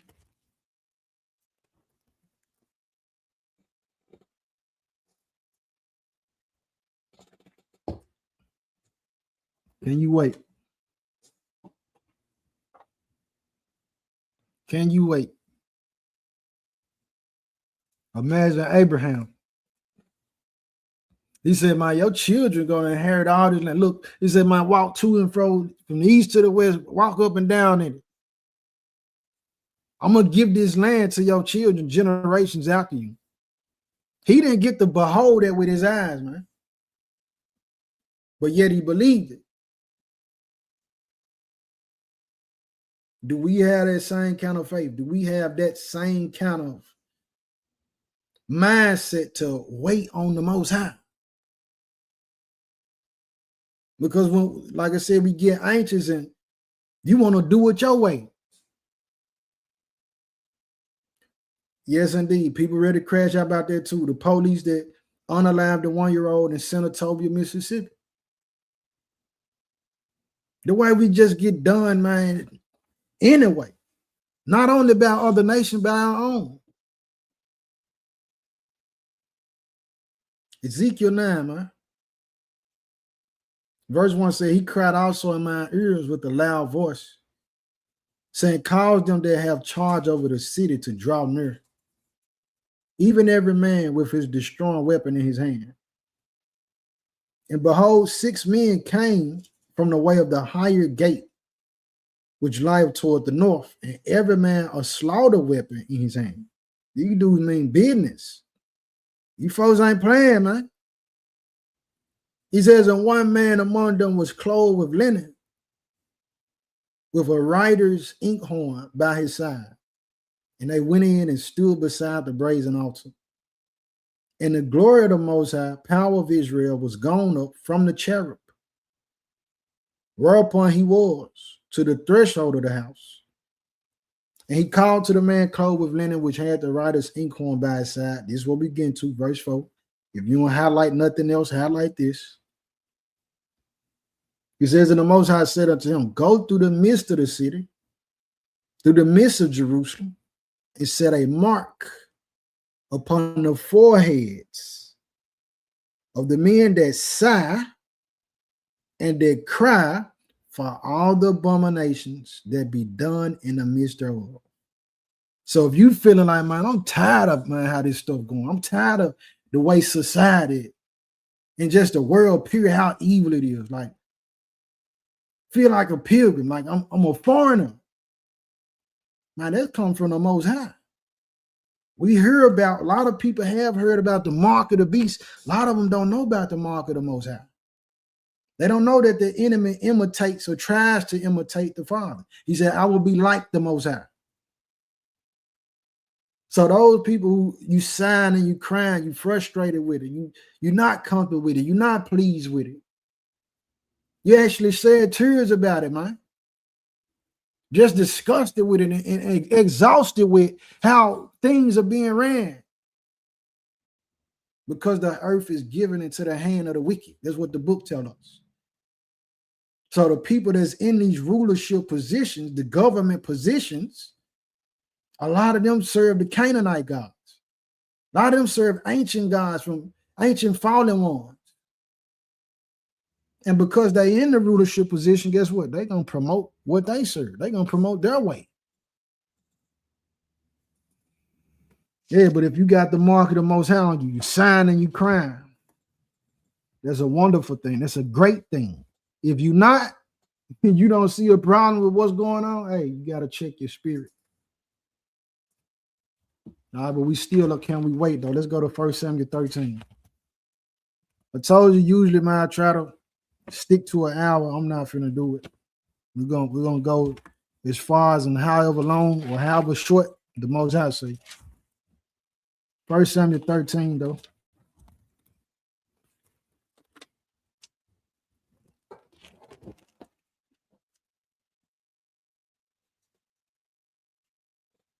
You know, they say lettuce, when you eat lettuce, it cleanses your organs, like it sweep them. When we engage in this word, this right here will cleanse our spirit, man. We polishing our spirits. We feeding our spirit. And a lot of people crash out and they can't wait for the blessing. They end up losing, slipping into disparity and all that despair because they ain't fed their spirit enough. You making time to read all these other forms of literature and books, time and entertainment for everything else, feeding your flesh obese. Some of y'all flesh look like bodybuilders, but your spirit anorexic because you don't give it no nourishment. You don't feed it at all. Making you so subject and easily to be conquered by the adversary and all his wiles. We in 1 Samuel 13, though. I'm gonna start with, at this time, you know, the first king of Israel was Saul. What happened with Saul, with him and his son? Let me see. I'm gonna start here at 3. 1 Samuel 13:3 says, and Jonathan smote the garrison of the Philistines that was in Geba. And the Philistines heard of it. And Saul blew the trumpet throughout all the land, saying, let the Hebrews hear. Let the Hebrews hear this. Let the Hebrews hear this word today, man. Can you wait on the blessing? Say, don't none come fast but a crash. Be careful what you rushing into because you don't know what you rushing into. A lot of people lives is upside down now because when they were young, they said, I can't wait till I'm grown. And they found out that hey, it ain't what you thought. It ain't fun as you thought, is it? Mad at their parents, I gotta deal with their rules and instructions all the time when I get my own. And yeah, but your parents was making it a lot easier. You didn't have the responsibility of bills on your shoulders. They took care of a lot of the stuff that you don't even know. You don't even know about right now. But now you're learning. All right, it says, verse 4 says, and all Israel heard say that Saul had smitten a garrison of the Philistines. That's a troop of soldiers. It says, and that Israel also had an abomination with the Philistines. And the people were called together after Saul to Gilgal. And the Philistines gathered themselves together to fight with Israel, 30,000 chariots and 6,000 horsemen, and people as the sand which is on the seashore in multitude. And they came up and pitched in Michmash eastward from Bethaven. When the men of Israel saw that they were in a strait, S-T-R-A-I-T, that's a difficult position, or faced with difficulty. It said, for the people were distressed. Then the people did hide themselves in caves and in thickets and in rocks and in high places and in pits. So before the blessing come, you get the pushback and the hindering spirit come up, trying to stop you, trying to deter you, trying to distract you. A lot of people get afraid of what they see. And then here go the comfort thing. Now they want to run into let me go get somewhere comfortable. Let me go hide. Verse 7 says, and some of the Hebrews went over Jordan to the land of Gad and Gilead. As for Saul, he was yet in Gilgal, and all the people followed him, trembling. Verse 8, this is what we get to. And he tarried 7 days, according to the set time that Samuel had appointed. Samuel is the prophet. Big prophet at that. You know what I'm saying? Like, this is a key prophet.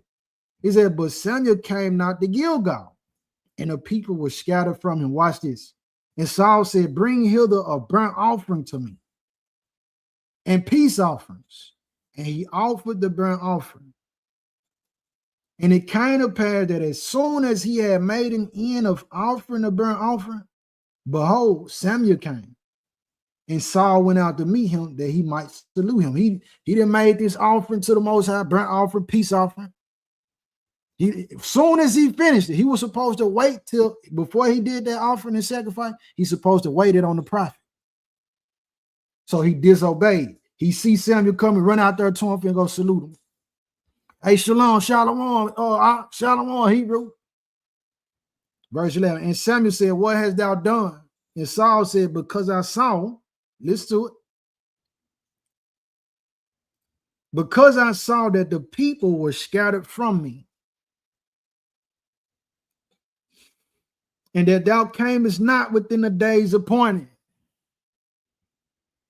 and that the Philistines gathered themselves together at Michmash. Therefore said I, the Philistines will come down now upon me to Gilgal, and I have not made supplication unto the Most High. I forced. I gotta highlight that. All right, look. This is what happened. This is what we be doing. This is what people be doing.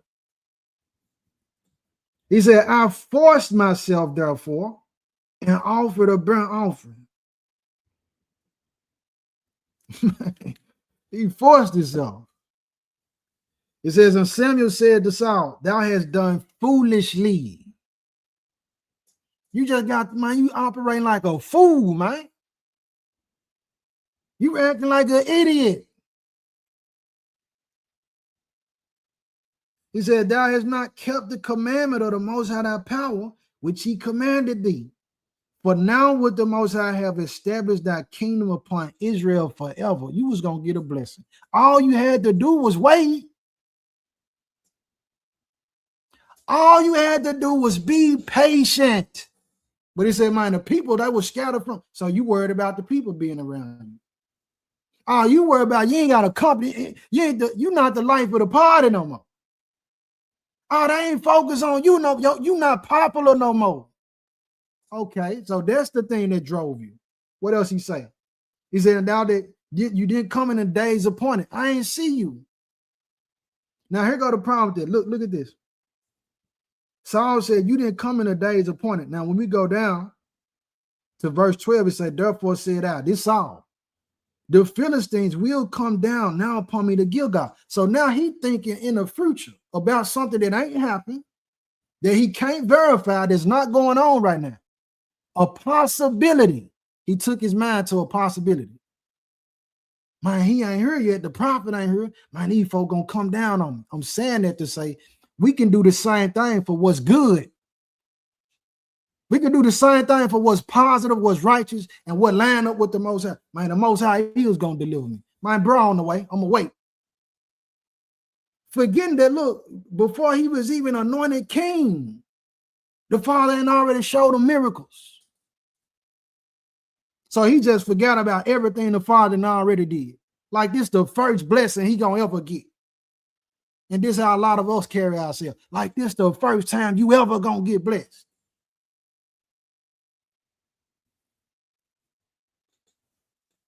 He said, and that the Philistines gathered themselves together at Michmash, and you see your adversaries and your enemies, and they in large numbers. Most I don't care about if it's 1 trillion of them. He'll slay all of them just like that. It's nothing. But it said he forced himself. The prophet told him, my dude, you acting like you happy about this. You acting like a real fool. You did foolishly. If you had waited, you would have been established forever. Verse 14 says, but now that kingdom shall not continue. The Most High have sought him a man after his own heart. And the Most High have commanded him to be captain over his people, because thou hast not kept that which the Most High commanded thee. Because you didn't keep that commandment, now you've been rejected. All you had to do was wait. Do you trust the Most High to keep you? Do you trust that he got that hedge of protection around you? Do you trust that everything gonna be he gonna take care of you? Have he failed you yet? Do you remember the day when you was outside on the corner starving and you had to beg people for some food? If you don't remember that, then look, he ain't failed you. He constantly providing for you. He didn't always made a way for us. But we get to thinking about the people and what they doing and where they at and how they got stuff going, how they feel. Worrying about the wrong stuff, and it costs them. Everything written aforetime is written for our learning. So if we move with that same mindset to not wait on the Most High's word, if he say be still and wait, man, be still and wait, man. Luke 8. Luke chapter 8. Elder G, man, Shabbat Shalom, Mike. Peace and blessings to y'all, family. Know I love y'all. But we in Luke 8. Can you wait for the blessing? And I know. This is what I'm constantly reiterating throughout the message. That window of waiting. Matter of fact, what I didn't come to say, the weight of waiting, the weight, like a dumbbell or, you know what I mean, whatever. The weight of waiting can crush or construct you, meaning to build you. It's either going to crush you or it's going to build you. But a key component in this is faith, man. Do you believe the Most High? Do you believe the Most High, man? We in Luke 8. How long can you wait for that promise that the Father then already pronounced and told you and showed you? Luke 8. Let's start with let me see. Yeah.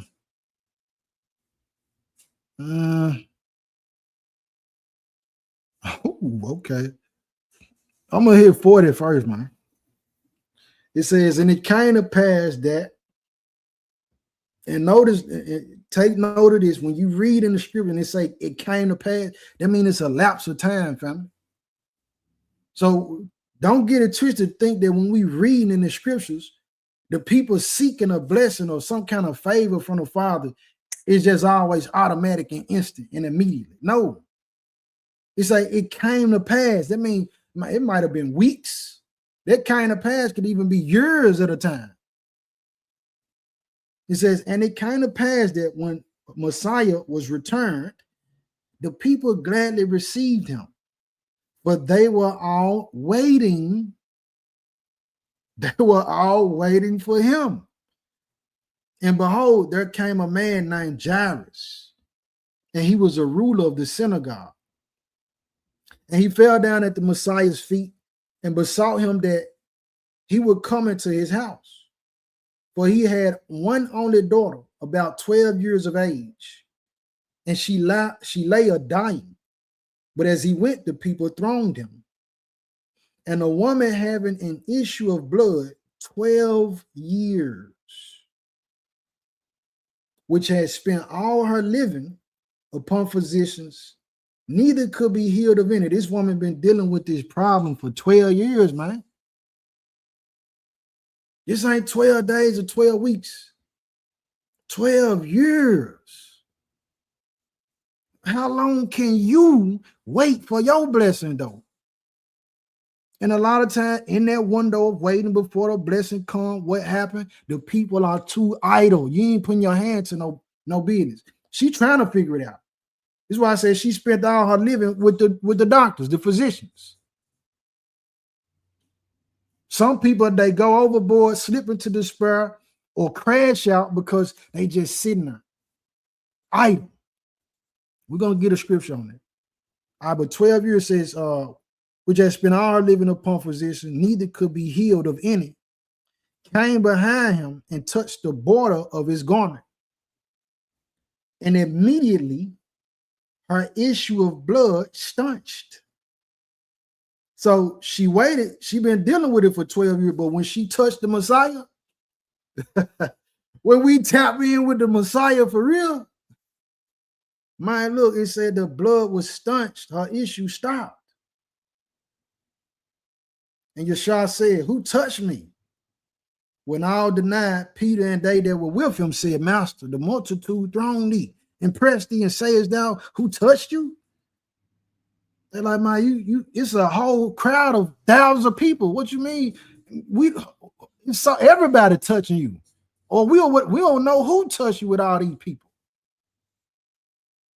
Verse 46, but he's saying it for this vessel who actually did it, to part her lips to glorify, for the glory to be given to the Most High. Says, and Yeshua said, somebody have touched me, for I perceive that virtue is gone out of me. And when the women saw that she was not hid, she came trembling, and falling down before him, she declared unto him before all the people for what cause she had touched him and how she was healed immediately. Now, she dwelt with that for 12 years, and her declaring it, making that declaration, and in that audience, everybody like, hold up. It's people that know she been dealing with that. It's people that know you've been dealing with what you're dealing with. And when the Father finally answer, or you get whatever it is he's trying to show you in his window, sometimes that hinder the blessing. He's trying to get you to understand something, be willing to confess. You ain't even bold enough to declare his word. Some of us ain't getting a blessing because if he give it to you, guess what you're going to do? You ain't going to even magnify him. You're going to say, look what I did. You're going to give the glory to the physician. The doctor did it.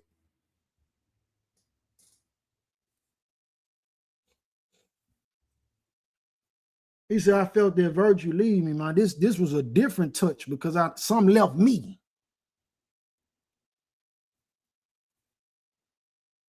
And he said unto her, daughter, be of good comfort. Thy faith have made thee whole. Go in shalom.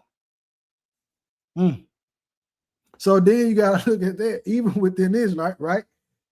We started off Jairus saying, man, I got a 12-year-old daughter, you know what I mean? She dying right now.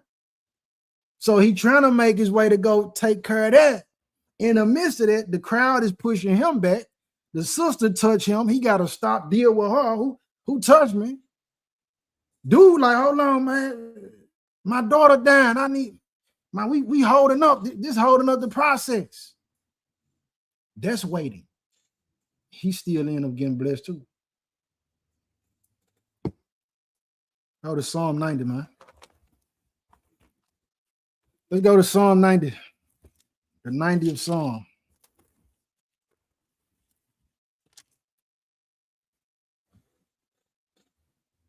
Verse 12, just to get on the head of it.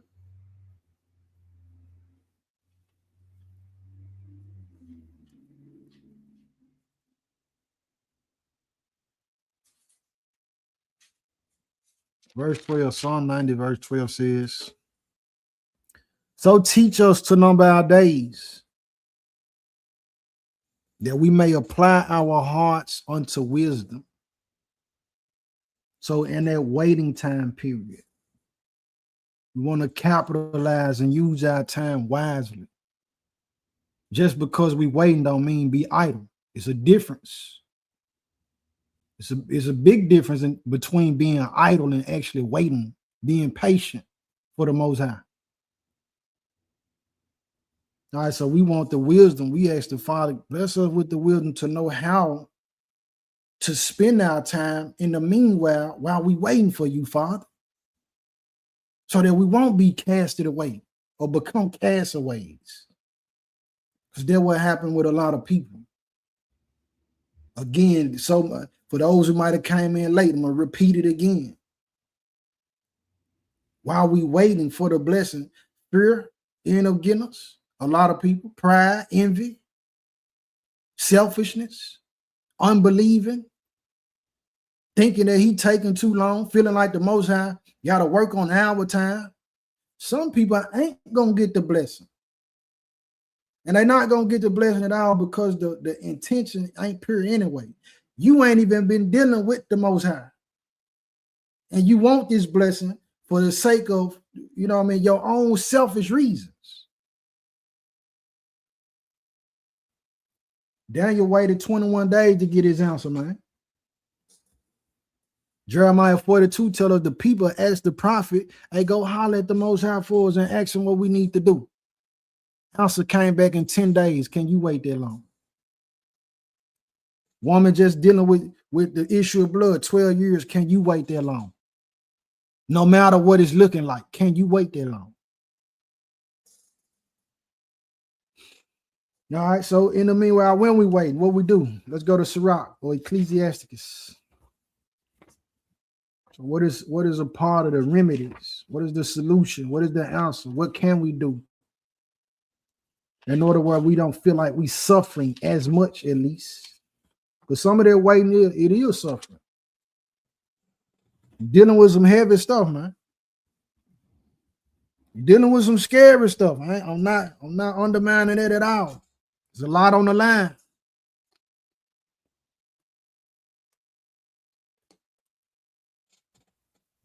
Sirach 30, though.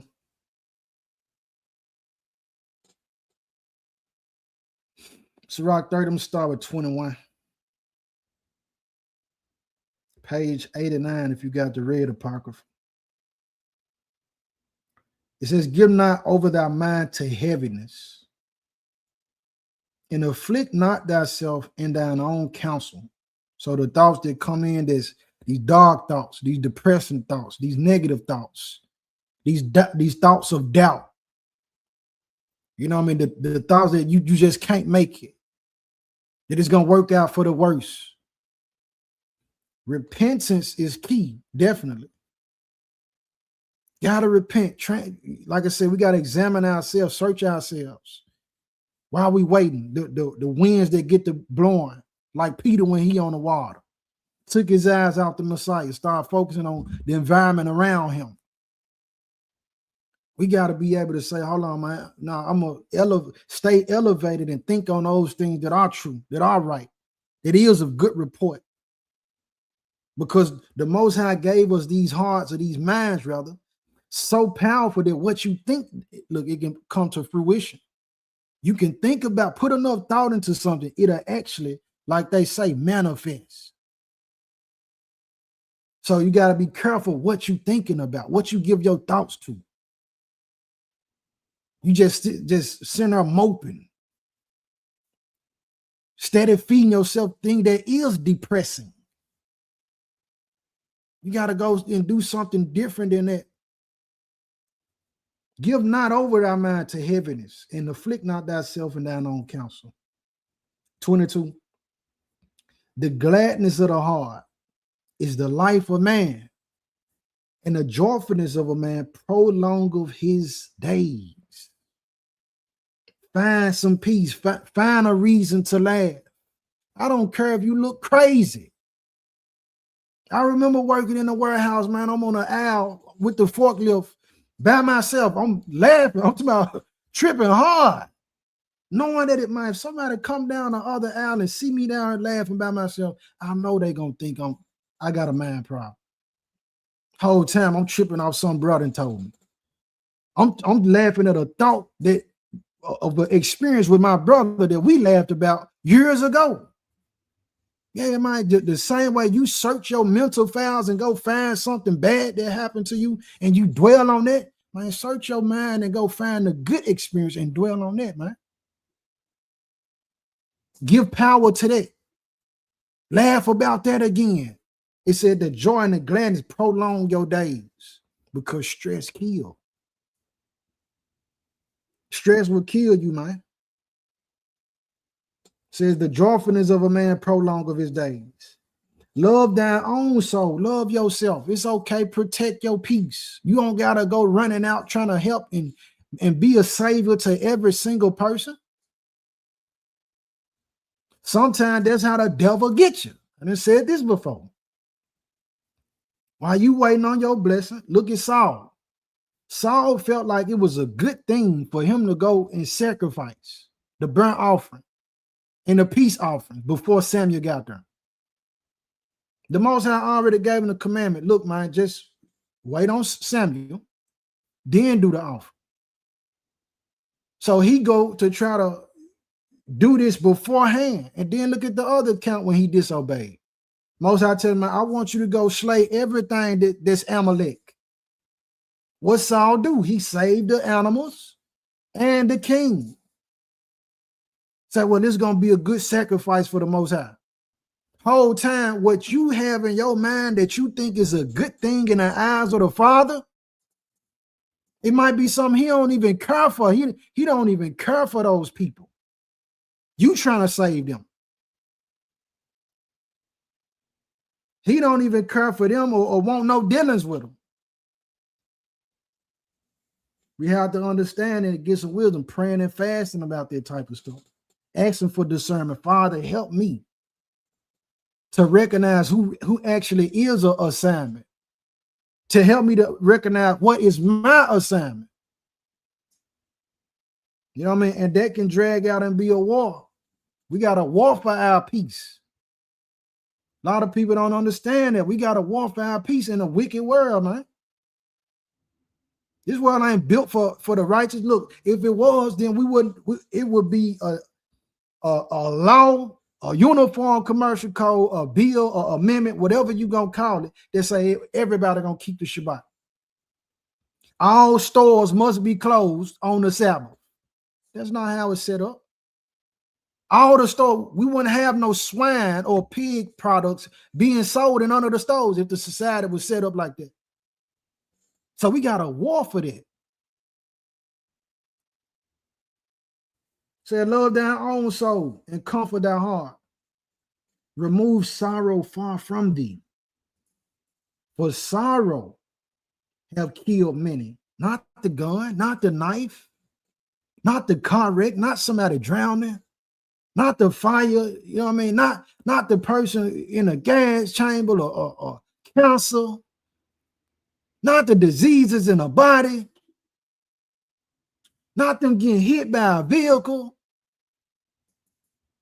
It says sorrow have killed many. And there is no profit therein. It ain't no benefit of being all sad, moping, and down and out like that.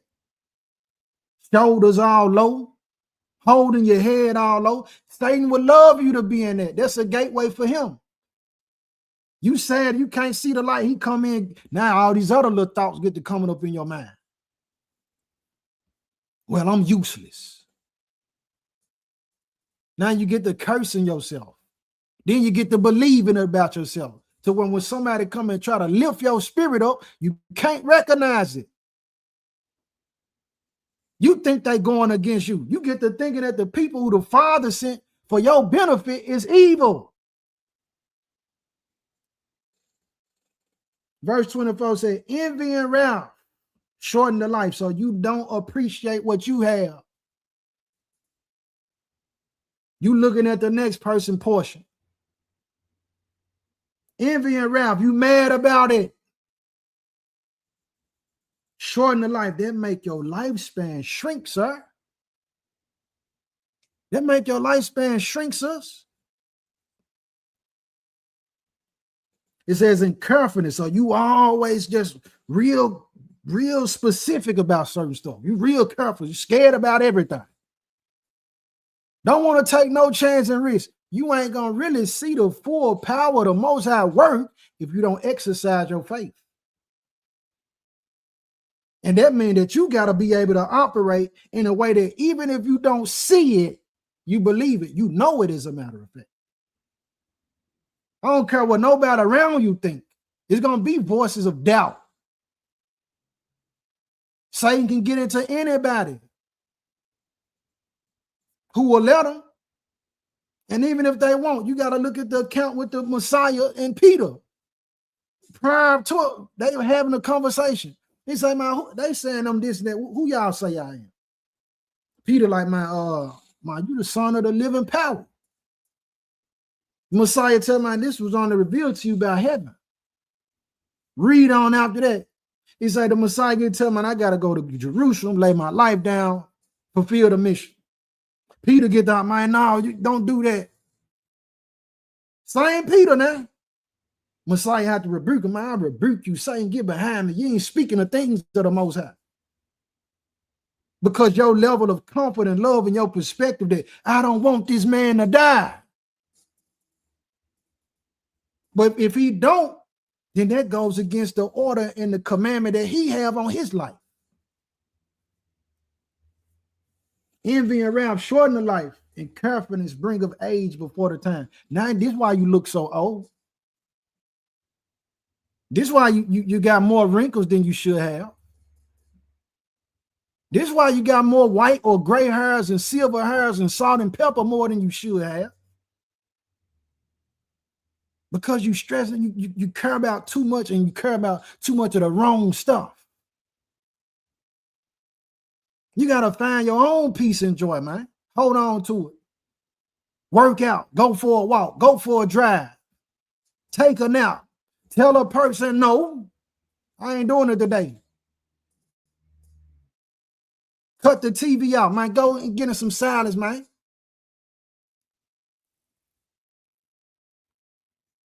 Been and spent your whole life just exhausting yourself.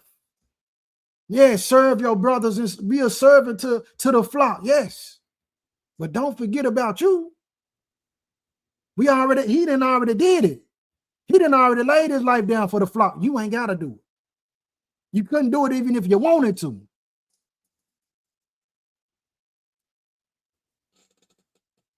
He says, a cheerful and good heart will have a care of his meat and diet. Watch what you eat. Watch what you consume. Watch what you ingest. Watch what you put on your plate. The temple is holy, man. This is the temple. The temple is holy. Watch how you treat it. Because some of these fools got people missing a blessing. Because they can't control their appetite. They going to eat whatever. You didn't get the blessing because you chose to eat something abominable. Or you chose to put some kind of substance in your body that wasn't for the Most High. I pray the Most High destroy that drug addiction. cocaine and heroin, pills and all of that. I pray he make that cigarette and them black and mouth taste like poison in your mouth. Destroy the alcoholism. Caring for the body. You missed the blessing because you was drunk. Put everybody at risk and at jeopardy because you drunk. Or you high out your mind.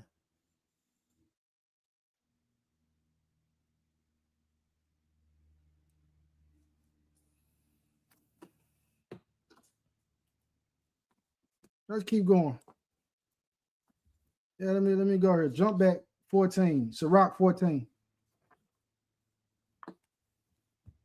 They saying, well, you hollering, P? Well, look, man. This is how he put it on my spirit. The book tell me if you're gonna be in his seat, man, you need to see it with a perspective of grave, which means that take it serious. It ain't always a time to be laughing and playing. If you get a laugh out of anything I say, all praise to the Most High, just don't miss the message. Sirach 14, though. Verse 15. Matter of fact, I'm gonna hit 11 first. Shabbat shalom. Shabbat shalom to the whole chat, man. We're in Ecclesiastes chapter 14, verse 11 says, my son. And that ain't just to males, that's to the sisters too. My son, according to thy ability, if you can, it says, do good to thyself and give the Most High his due offering according to your ability. So sometimes we want to be able to do something that's beyond our ability, a certain good to ourselves. Yeah, you want to go get a Bugatti. You want to go get a Ferrari or a Lamborghini, and you want to put 14 karat gold or 30s on it. You ain't able to. But the wisdom in the matter is that, okay, well, I got $2. I got 2 nickels to rub together. Let me buy me a little candy. And I'm not saying for nobody to geek you. I'm making an example. I'm saying the ability that you can do to yourself. This week, you might not be able to go buy you a new outfit. You might just have enough to save. Do that. Put that bread to the side. $2, $10. Or you might want to do something for yourself. And all you can do is buy yourself a pair of socks. Go do that then. You seeing like, yeah, I'm able to at least buy myself a pair of socks. In this situation we get faced with, if you try to find 3 things to say, well, at least, like somebody got in my truck the other day or a few weeks ago. Come out in the morning, look in the truck, what's dog? I'm going blank right there. My armrest is open. All type of information out. My glove compartment open too. Everything on the seat. Now I could have got super mad. But I said, thank the Most High. All praise to the Most High. They ain't bust the window. I don't know how they got in. But I'm glad they ain't bust the window because I would have had to pay for a window. All praise to the Most High that I didn't have nothing in there that I would have left in there. You know what I'm saying? That they could have took of high value. All praise to the Most High. Even all praise to the Most High that it probably was good that I didn't catch him. You know what I mean? Because, that could have went sideways for them as well as for myself. I said, but my son, according to our ability, do good to thyself and give the Most High his due offering. Give him the praise. So he inherits the praises of Israel. This is why the devil and his workers want to keep you oppressed and depressed. Want to keep you sad because the Most High ain't inhabiting no sorrow and sadness like that. That ain't the environment where he want to be at. We're going to get it. Don't even worry about it. Verse 12. Say, remember that death will not be long in coming, and that the covenant of the grave is not showed unto thee. You don't know when you going to go. So if you didn't spend, just imagine it's an actual set time that 5 days from now, most High forbid, 5 days, I'm gonna say it in a different way. 5 days from now, this certain person is gonna lose their life. Do you think that person should spend those 5 days trying to be joyful as much as they can, or in sorrow, weeping and afraid and not living? I would say the first. Of course, in the guidelines of righteousness. Like, man, you finna leave, man. You ain't no coming back to this. It ain't gonna be no more, none of this in this realm. So make the best of it. Despite something upsetting you or making you sad or even confusing you, it's not more or not to be held in a higher regard to praising the Most High. It's always something we can thank him for. And a lot of us miss the blessing and don't get the blessing because we forget that.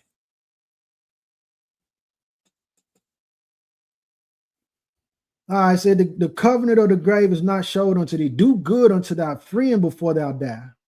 And according to thy ability, stretch out thy hand and give to him. Help your neighbor. That make us feel good too when we can help people. It's a blessing to be able to say, oh, you need help. I actually got it. I'm not in a situation where I'm like, man, I need this. I can't give. That's a blessing. Continuing on. Defraud not thyself of the good day, and let not the part of a good desire overpass thee. In righteousness now. That ain't saying because you got the opportunity to do something that might be pleasing to you, but it's against the Most High to capitalize on it. No. Do good to yourself according to what's righteous. It says, shall thou not leave thy travails unto another, and thy labors to be divided by lot? When you go, man, all these troubles and problems, they still gonna be here. Somebody else gonna pick it up. Yeah, so do good to yourself when you can. Let's see, Hebrews 3. I think I'm almost done. I think. I told you I ain't gonna put no restriction on it no more. Try to keep it to an hour. Like now, man. You're gonna eat. Hebrews 3. Hebrews 3, verse 12, where I'm starting it.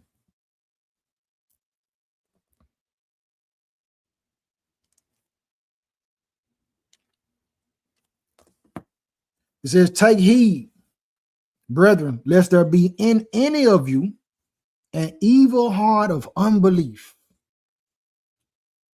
Can you wait for the blessing? He said he's going to send it, but do you believe he's going to do it? You believe him when he tells you that? Or you get to believe in these other voices that say, nah, that don't sound right. It ain't never happened like that for me. That's why you should believe it. It ain't never happened. So, and he going to work a miracle that ain't nobody never seen. And he going to do it just for you. Said, take heed, brethren, lest there be in any of you an evil heart. He called it evil. An evil heart of unbelief in departing from the living power. But exhort one another daily, while it is called today, lest any of you be hardened through the deceitfulness of sin. For we are made partakers of Christ, if we hold the beginning of our confidence steadfast unto the end. Can you wait? Can you endure? Endure to the end.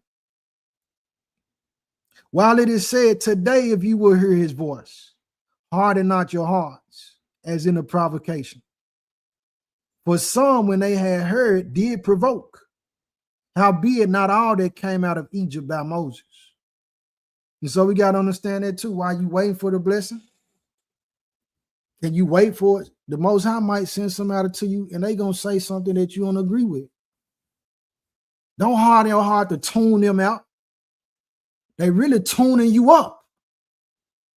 That's the Most High trying to tune you up to really be in accordance and in sync with him, to really be able to receive the blessing. But a lot of time we tune people out where that's not what I'm used to. That's not what I like. You know what I mean? Like I said, I never heard of it before. I'm not familiar with that. It don't say that, it don't come in the same name as that I'm using. So we reject it. Hard, not hard, provoking the Most High. Verse 17 says, but with whom was he grieved 40 years? Was it not with them that had sinned, whose carcasses fell in the wilderness? And to whom swore he that they should not enter into his rest, but to them that believed not? Because you don't believe, you're going to end up missing that blessing. He know what he can do. Do you trust? He say, he that cometh to the Most High must know that he is the Most High. It's offensive if you come to him and you doubt him. Don't come to him if you're going to doubt him. You do better by just staying where you're at instead of trying to come to him with doubt all in your spirit. You don't go, I'm going to say people. People don't go get the big cousin or the big brother to come fight somebody who picking on them because they think the big brother can't win the fight. They say, man, I know somebody who can whoop you. I know somebody who's going to put them hands on you. No doubt. You bothering me, little old me, I got somebody for you. It ain't no doubt in that person when they go get big cousin, when they go get big brother. Same thing with the Most High. When you go to him, you got to know, man, none of these problems is nothing to my Father, man. But we got to be patient and hold that steadfastly. It don't apply just in one situation. It's every situation. Verse 19 says, so we see that they could not enter in because of unbelief. They didn't enter into the rest because unbelief, man.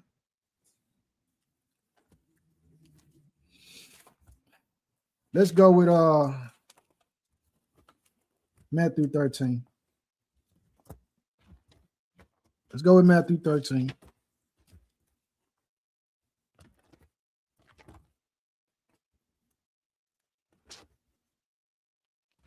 Getting commercials during the live. I'm gonna have to that because okay. I'm gonna have to demonetize it. Because they can throw a person off too, man. And I definitely don't want that to happen. Matthew 13, where I'm going.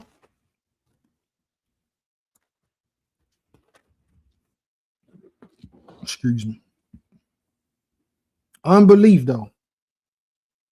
Can you keep the faith in your time, in your trial of waiting?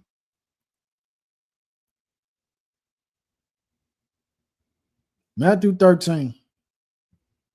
Let's start with 53. It says, and it came to pass that when Hamashiach had finished these parables, he departed thence. And when he was coming to his own country, he taught them in their synagogue, insomuch that they were astonished and said, whence had this man his wisdom and these mighty works? Is not this the carpenter's son? Is not his mother called Mary, and his brethren James and Joseph and Simon and Judas? And his sisters, are they not all with us? Whence then had this man all these things? They're like, man, we know dude. We didn't grow up with this man. We know his brothers, his sisters, we know his parents, we know this. Like, what dude come from with all this? Like, how he doing? How he moving like that? A lot of y'all, a lot of us, as we were children and teens and the people we used to hang with that know us, they say, man, you strange now. Like, bro, how you get all on this? Now you all into the Bible like that. Like, how you know about all this stuff dealing with the Illuminati and the Trilateral Commission and what's going on with Elon? Like, how you on that now? It's a shock to him. It's strange to him. But it been in you since before you was born. He called you and sowed that in your spirit before you even entered into this realm. They just didn't know that. Verse 57 says, and they were offended in him. Man, how this man gonna try to tell me about God, man? Like, me and dude used to shoot dice all the time. We were stealing cars and kicking doors. How this man gonna try to tell me about doing something right? How is she trying to tell me? Me and her used to be, and you fill in the blank. See, they were offended in him. But Yeshua said unto them, a prophet is not without honor, save in his own country and in his own house. Only place you're going to get that pushback like that, people down you and they don't want to, give you your props or whatever, is the people who think they know you. In your own community, your crew, the people you used to hang with, your old gang members, your old pals and buddies from college, your old classmates and co-workers. They say, I know, dude. Your cousins, your brothers, your mama, your parents, these same people, a lot of times be the ones who have a problem with you actually accepting the call of the Most High and operating in what he made you to be. Verse 58 says, and he did not, this is what we get to, and he did not many mighty works there because of their unbelief. Because they didn't believe, family. Unbelief, man, look, it tell you in Revelation, man, the unbelieving going into the lake of fire and brimstone. That's heavy. And so in the time where we waiting for this blessing, man, make sure you keep your faith. Remember what he did for you already. Think on those things, those testimonies that you got already. Praise him today. Praise him right now about it. Don't forget that.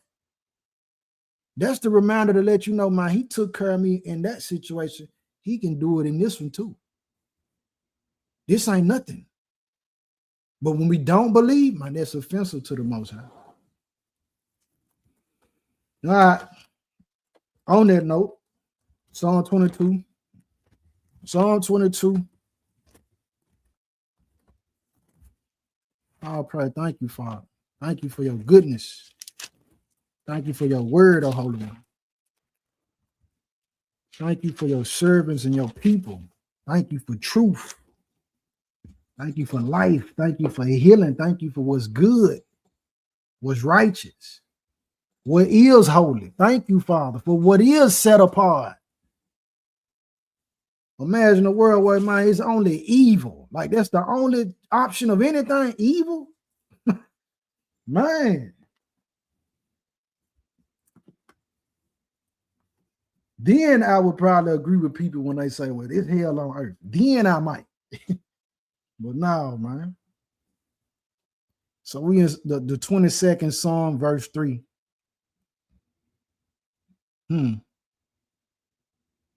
Oh, yeah, let me start with 1. It says, my power, why hast thou forsaken me? So some of us in that time period waiting on a blessing, we get the feeling like the Most High abandoned us. Why art thou so far from helping me? And from the words of my ruin, I've been praying and it seemed like my prayers in the ceiling. But you don't know, man, it's a battle, a war going on in the spirit. These demons trying to keep your blessing and your prayer from even making it to the throne. You got people out, you got warlocks and witches that literally, we seen it with the situation with, what's dude's name? A basketball player and Megan Thee Stallion. They had a fallout or whatever. You got a female get online and say she calling for all the witches to try to cast a spell over the dude. This is what happened for real. You had them getting together in groves and droves, and they say anybody who righteous, they trying to send hexes out. They trying to send spells and curses out against any of the children of light to try to block and hinder blessings and to stop you from getting what the Most High got for you. You know what I'm saying? All right, but here, brothers and sisters get the feeling like, man, I don't know, he ain't hearing me. Just keep waiting. Look, trust me. And sometimes if he don't answer you, that's the answer. You know what I'm saying? Like, you already know within yourself. Stop playing. Or either don't do it. You know what I'm saying? Sometimes no answer is the answer you need. Verse 2 says, "Oh, my power, I cry in the daytime, but thou hearest not. And in the night season, and I'm not silent." My all in the night, your pillow wet, you crying. Verse 3 said, "But thou art holy." So even this the resolve we supposed to take. Whether you answer me or not, Father. Man, you still holy. What Job tell us with that wisdom, he said, man, we didn't receive good at the hand of the Most High. Should we not receive evil too? That's balance. You thinking everything's supposed to go smooth, you not balanced.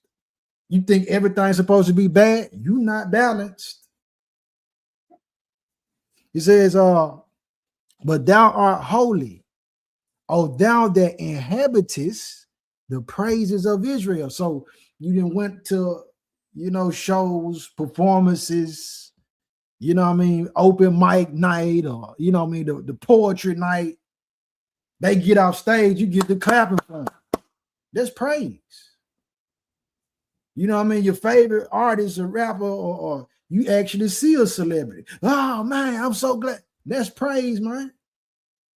So I'm saying it to say that's supposed to be applied in situations to the Most High. Praise is a shield and a defense against depression, against despair.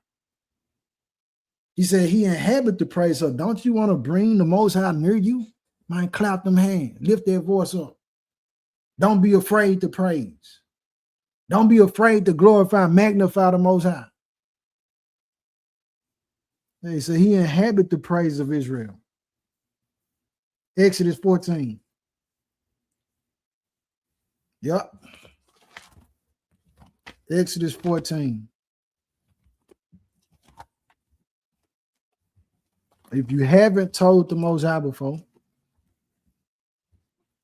actually tell the Most High, I love you, Father. When you pray, actually tell him, I love you, Father. You haven't said that to the Messiah, my Yeshua, I love you. Hamashiach, I love you. I love you, Christ. You ain't said that to the Holy Spirit. Actually said, I'm telling you.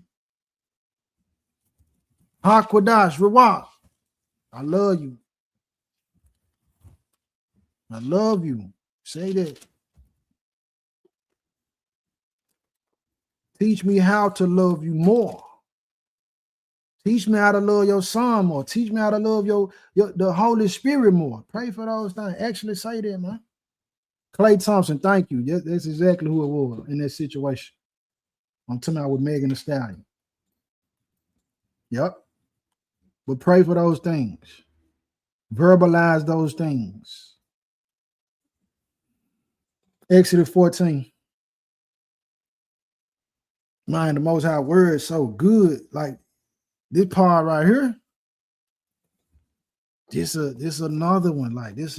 It's like each verse could become a whole message. I ain't gonna even lie to you. Exodus 14. I'm gonna start with 11 though. Backstory. The forefathers, the foreparents, Most High brought them out of Egypt. We ate the Red Sea or the Red Sea, and the Egyptians is behind. The sea is in front of us, in front of our forefathers and foremothers, and the people is worried now. Like, man, what's going on? They don't know which way they're gonna go. They feel trapped, and that's how a lot of people feel. Feel trapped right now. You know what I'm saying? Because you ain't got that blessing yet. You feel like you trapped. But I'm telling you, hold on. Exodus 14:11 says, and they said unto Moses, Because there were no graves in Egypt, hast thou taken us away to die in the wilderness? Wherefore hast thou dealt thus with us to carry us forth out of Egypt? Is not this the word that we did tell thee in Egypt, saying, let us alone, that we may serve the Egyptians? For it had been better for us to serve the Egyptians than that we should die in the wilderness. It would have been more comfortable. This is what he's saying. This is what the people saying. They're afraid now. You should have left us in bondage and oppression. 13, Moses said unto the people, fear ye not. Stand still and see the salvation of the Most High, which he will show to you today. For the Egyptians whom ye have seen today, ye shall see them again, no more forever. The Most High shall fight for you, and ye shall hold your peace. The Most High gonna fight for you, man. Hold your peace. Be still. Trust in him. Trust his plan. He got it. The battle ain't yours anyway. It all belongs to him. You being proud for thinking you finna handle it. It ain't for you to handle it. It's his. Let's go to Mark 5.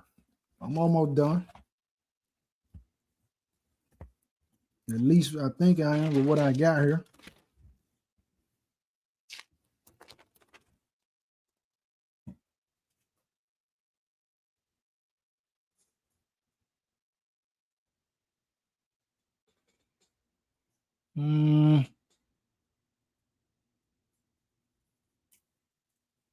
Oh, yeah. Okay, so yeah.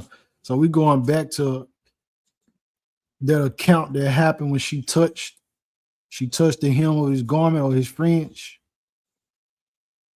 Well, we getting it from the account of Mark, something that occurred right after this. So I'm going to start with 33.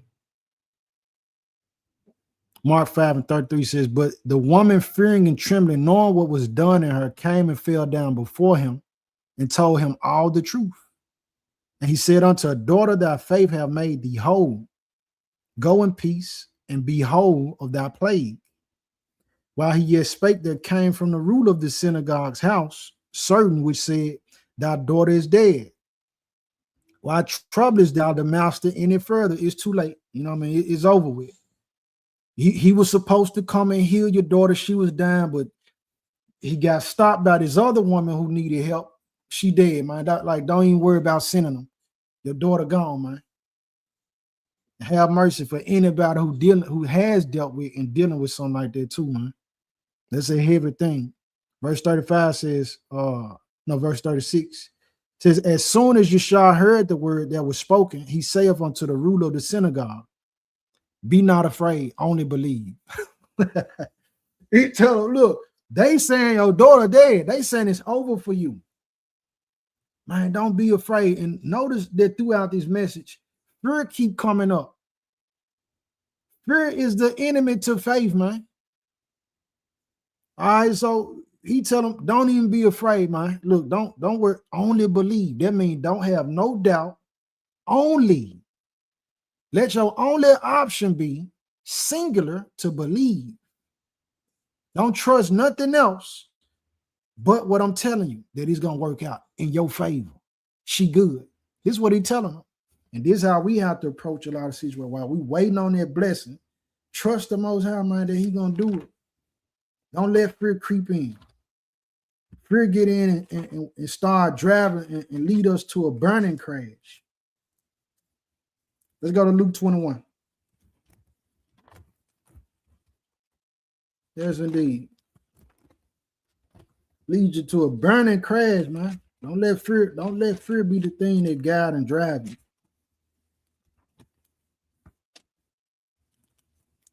Luke 21.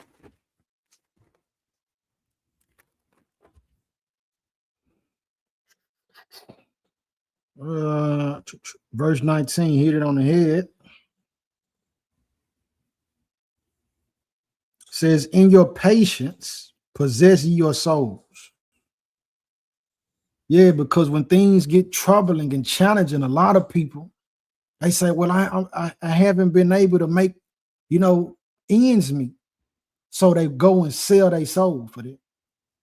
They end up going to do something that's immoral or just completely revoking the chance that they have to get into the kingdom, like a lot of them gonna do with the mark of the beast accepting it.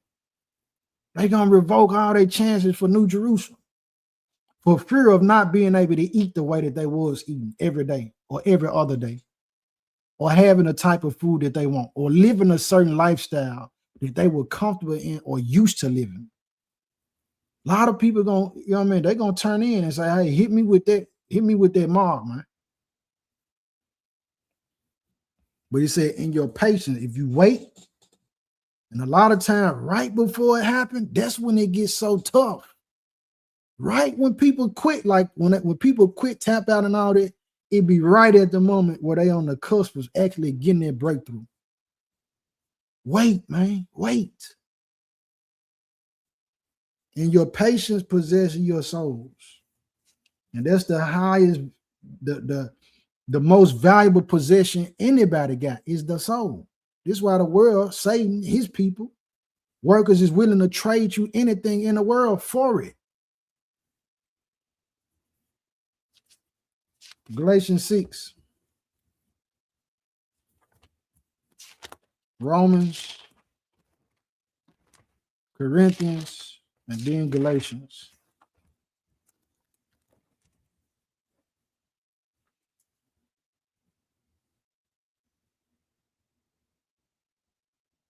Seven is what I'm starting at. Yes, indeed. The Most High ain't giving us the spirit of fear. Galatians 6, verse 7 says, be not deceived. A hire is not mocked. For whatsoever a man soweth, that shall he also reap. Whatever you sow, whatever you do, whatever you apply, whatever you give out, you're going to get that back. He says, for he that soweth to his flesh shall of the flesh reap corruption. But he that soweth to the spirit shall of the spirit reap life everlasting. And let us not be weary in well doing. Don't be tired of that. For in due season we shall reap if we faint not. So if we don't faint, we don't give up, we don't throw in the towel, we don't yield, so we're going to get a reward. You didn't came all this way doing what you've been doing on a tip to please the Most High. Now is the wrong time to go backwards. So we'll reap if we faint not. We're going to get that. We're going to get what we've been working for. And trust me, when we get it, it's going to be a praise fest. It's going to be a thankathon. James 1. I'm going to have a thankathon here shortly. Let me see. You going to James, though. It's out the Hebrews.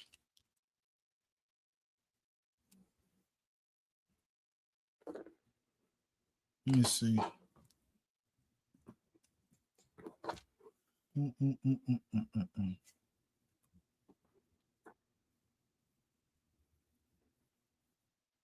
Yep.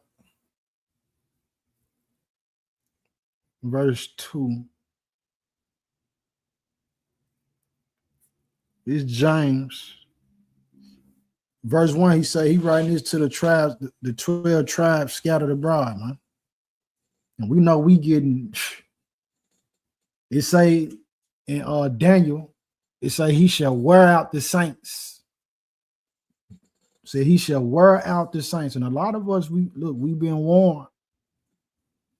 We tired. All right, but look, this is what I'm saying. We need that refreshing and the rejuvenation. Don't be afraid to take that time for yourself. So you're going to wear out the saints. So this is the plan and plot for people to crash out, to not be able to wait for the blessing, to harm themselves before they actually receive the blessing, to quit before it's actually time where they actually see that it come to fruition. He wants you to do that. James 1 verse 2 say, my brethren, count it all joy when you fall into diverse temptations. The fact that you feel tempted is a form of conviction. You're not just yielding yourself over to this thing, That's a blessing, because if you don't feel no conviction behind nothing, that means you reprobate. Verse 3 says, knowing this, that the trying of your faith work of patience. But let patience have her perfect work, that ye may be perfect and entire, wanting nothing. Let patience have a perfect work. That way, can't nobody bribe you. Can't nobody or nothing tempt you. You didn't master it. You didn't overcame it. Your level of discipline is changed. Let patience have a perfect work. So the fact that you waiting give you an advantage to where these other people who are anxious and they don't have self-control. They don't have continence. The fact that you have that is going to cause you to be able to last longer. It's going to come with a blessing. Well, again, when they see that, hey, I can't go to the store and buy and sell like I once did, they're going to say, man, line me up with the dark kingdom. Them folks going to sell their soul quick, fast, in a hurry. For like, man, hit me with that mark, man. But you done already went through a time resisting, fasting, and praying, going without, waiting on the Most High. Knowing he gonna show up, man, they give you the advantage. Verse 5 says, if any of you lack wisdom, let him ask of the Most High, that giveth to all men liberally, and upbraideth not, and it shall be given him. But let him ask in faith, nothing wavering. So we can't be doubting. For he that wavereth is like a wave of the sea, driven with the wind and tossed. But let not that man think that he shall receive anything of the Most High. A double-minded man is unstable in all his ways. And it also applies to women too. Double-minded, you unstable. You know what I mean? So we want to have this singular eye. Let our eye be single and full of light. Trusting in the Most High, man. Exercise your faith. You know what I'm saying? Try, build your faith like a muscle. You really have to try that. 2 Peter 1, where I'm going. So we're going before Hebrews. I mean, after James, like it.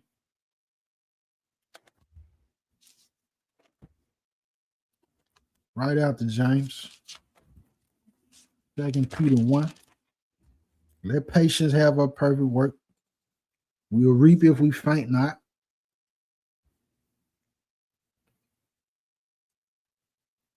Second Peter 1.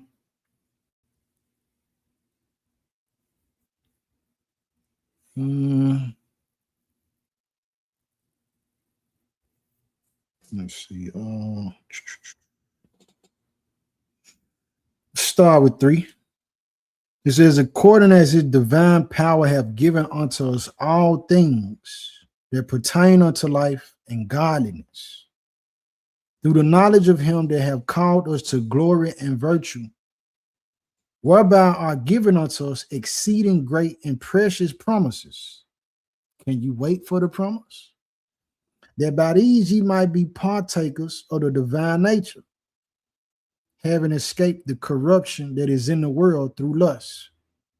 And beside this, giving all diligence, add to your faith virtue, and to virtue, knowledge, and to knowledge, temperance, self-control, and to temperance, patience, and to patience, godliness. So you can wait, but what's the difference between you waiting on something good and the person who waiting outside your house to do something evil to you? They waiting for you to go to sleep to break in your car. This is why I said with your patience, godliness. So we're not waiting on something evil. It's some people waiting on your downfall. They patiently waiting. They like, I can't wait till she slip so I can run and go tell everybody. So with the patience, we add to that godliness. And to godliness, brotherly kindness. And to brotherly kindness, charity. For if these things be in you and abound, this is what you operate in, this regular.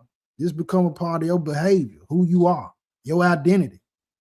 says, they make you that ye shall neither be barren nor unfruitful in the knowledge of our master Yeshua HaMashiach.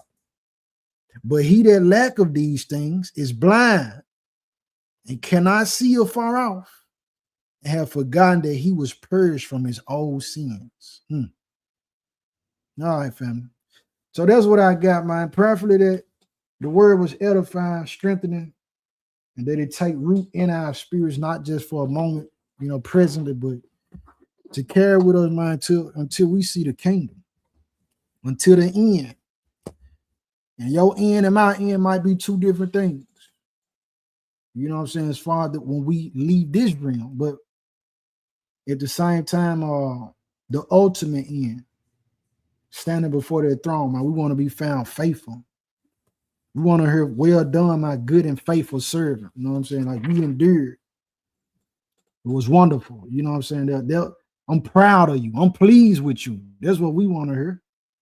So that we don't want to yield our vessels over, man, to nothing demonic or dark. You know what I'm saying? None of the ways of the adversary.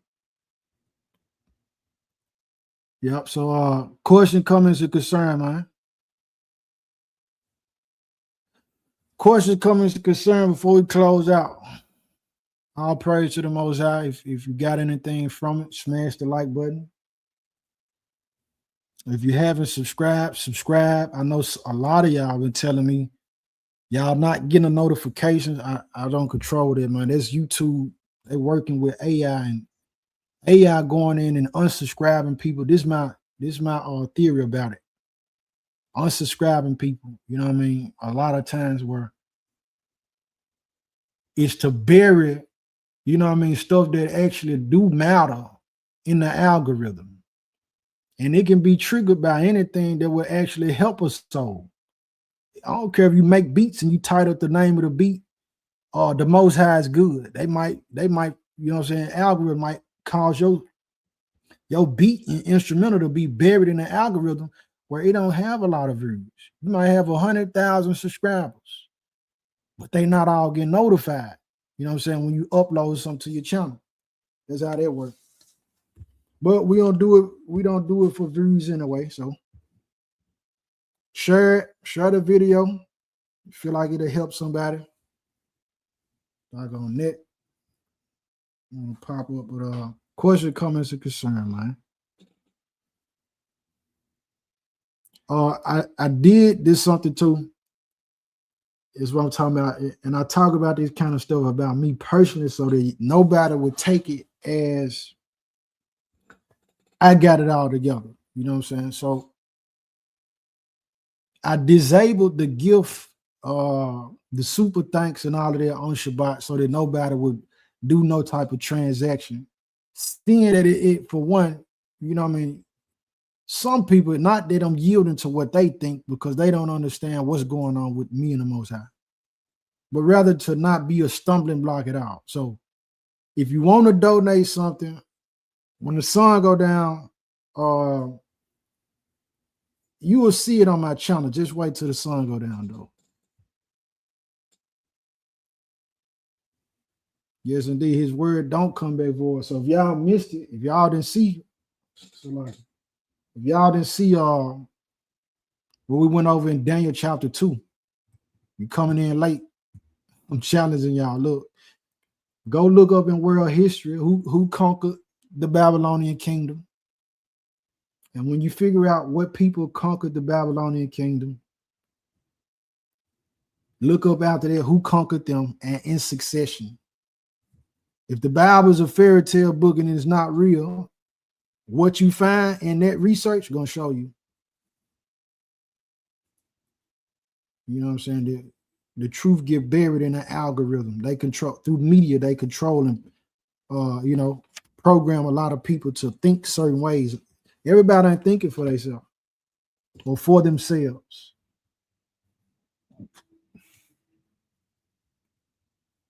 First time here, man. All praise to the Most High. I pray you enjoyed the message and it was actually something that can become a part of you. Not to just be speaking and it sound good. Infomercials in the middle of the lot. Yeah. So Now that part I'm gonna have to figure it out. Because when I go, okay, I think I know what to do. Before I go live, I'm gonna have to make sure this specific video, whatever video it is not set to monetize. That'll stop the infomercials and the commercials or whatever, the ads during the messages. Thank y'all for their feedback too, man. It was something else I was finna share with y'all. Help me, Father. Holy Spirit, bring it back to my memory.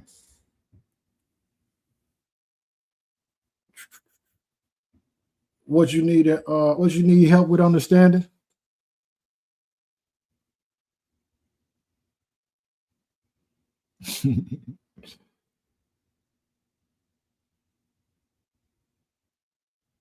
Ada said, keep the ads on. I feel you. You know, it's just provision though for the flock. I don't want no kind of distraction to take away from the message. No, I haven't been to Florida. I would like to come to Florida, but I haven't been to Florida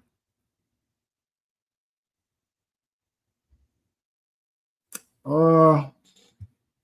All praise to the Most High. Definitely all praise to the Most High for the message. 2nd Esdras 7, 28 through 30. Let me see. What is it that you don't understand about 2nd Esdras 28 through 30?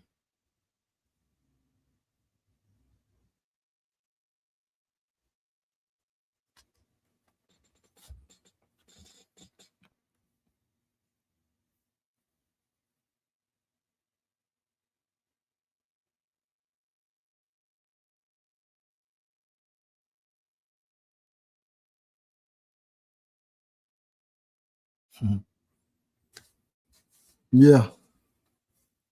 I don't have all the answers.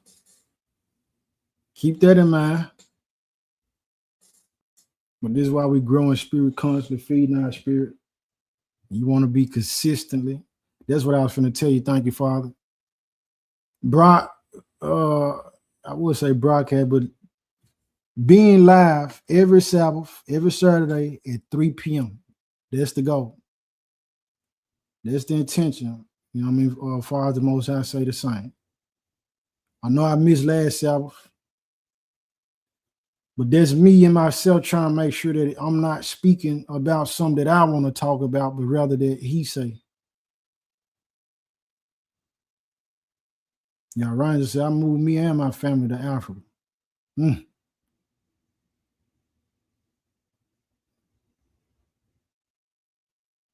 Yes, indeed.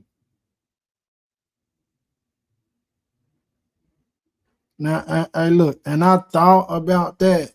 I did say the same, though. I did say the same. Say, I understand, but what if the Most High trying to bless you and you block it? Well, this is the thing, though.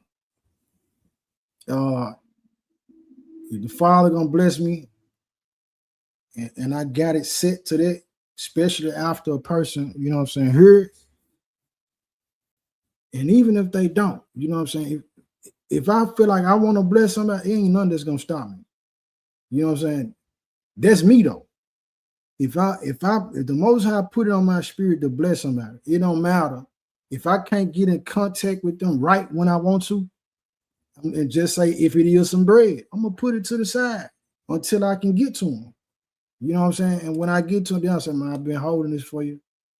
Or I might not even tell them that, but look, I'm gonna bless them, you know what I'm saying, when I can though. But I'm gonna put that to the side and make sure they get it. That's how that work. If you're for real about it, you know what I'm saying? If a person is for real about it, not you per se. But I definitely thought about that. I appreciate that feedback. Let me see. Man, RG, all praise to the Most High. All praise to the Most High. Oh, yeah, my fault, Miriam. Yep, 3 p.m. Central. 3 p.m. Central every Saturday. Structure is necessary.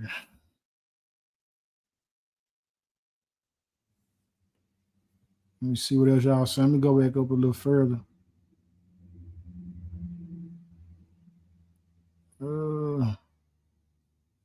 See what y'all saying up here. Anything I missed?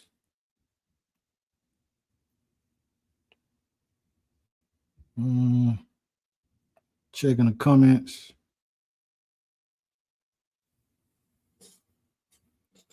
Nah, I feel you on that. I want another car payment. Man, thank you. Last letter. Septuple. It represents the value of 7. But yeah, you know, I was saying double honor, triple honors is past that as far as those who stand in the gap for their families, man. But I'm saying not a triple or double honor to the 7th value. So septuple or septuple. I appreciate that. Oh man, the volume low. Make sure I went through the whole message now.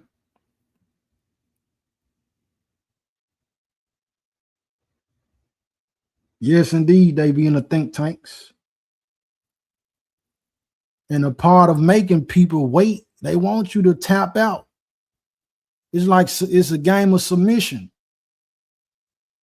If I put you in that sharpshooter, I take your leg and bend it back, how long can you resist before you do your 3 taps? But if you can hold on, you know what I'm saying? Because even though I'm putting that pain on you, the clock still counting down. So you got 4 seconds left on the clock, 5 seconds left on the clock. I'm putting that pain on you. But if you don't tap before it get to 0, you move on to the next round. Yes, indeed.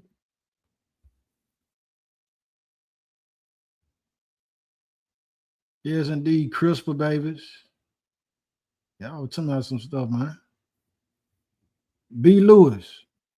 If you're still here, man, shalom out. Along with the rest of the family, I'm tuned in. Let me see. What else y'all saying? Checking the comments. Oh yeah, let me give y'all this.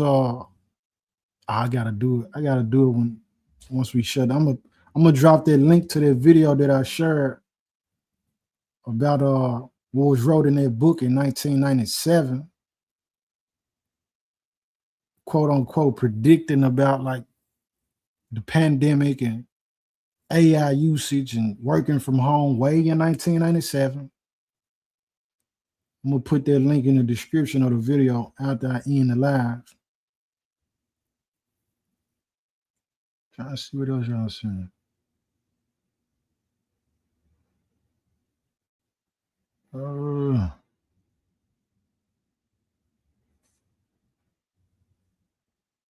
Let me see.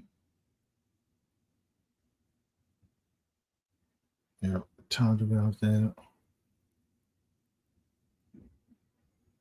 Yeah, you gotta have patience. Got to have patience. Sister Alicia.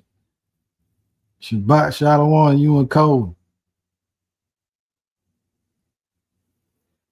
Let me see, and the whole family. Shabbat Shalom, huh? You and Pops, the whole house.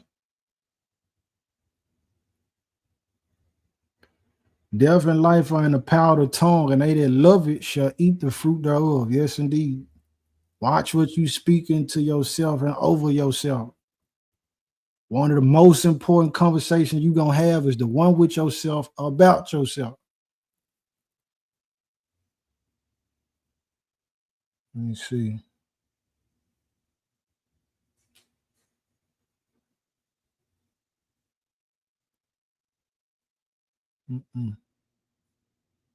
Says science proved the connection between brain and gut health, which affects mental health. Yes, indeed.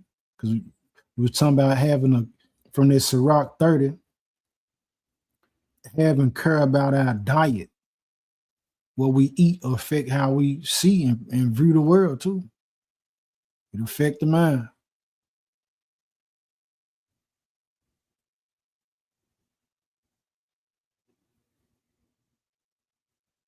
John 5:2, y'all, the one who said thank you. Let's see. I'm trying to see what else y'all saying over here.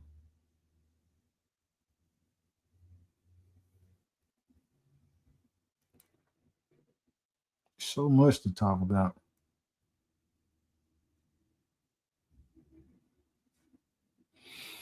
Hold on. I'm coming from the top down.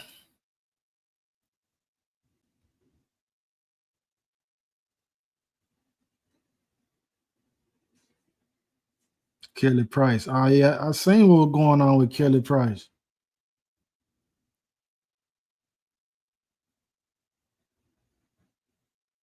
The heart is desperately wicked. So what you asking for might not even be a benefit to you. Might be for your destruction. Most High probably ain't sent it because it'll destroy you. He really saving you. He really protecting you.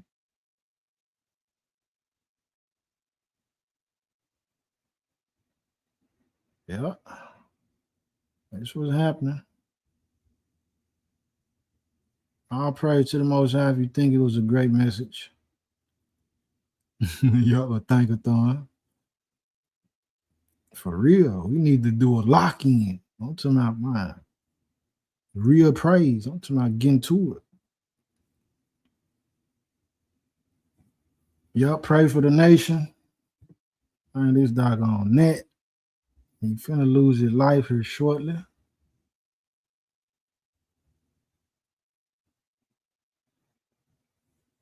Let me see.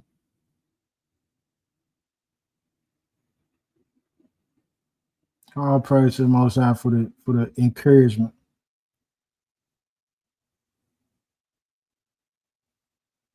All praise to the Most High. Say just not catching a laugh. Never knew. See, everybody ain't even getting the notifications, and the channel it keep growing too. So those of y'all who've been tuned in, you gonna hear me. I'm just not learning. You gonna hear me repeat some stuff because the channel keep growing. And then learning here recently, or the Most High, helping me to perceive, he repeat himself a lot. He constantly telling me, man, bro, I done did this. I'm the one who brought you out of Egypt. I'm the one, you know what I'm saying? I'm going to punish you for this, that, and the third. Because, key word, Most High repeat himself a lot, man. I mean, what we expect with being hard-headed children. That's a blessing that he will even repeat himself. Let me see what else we got going.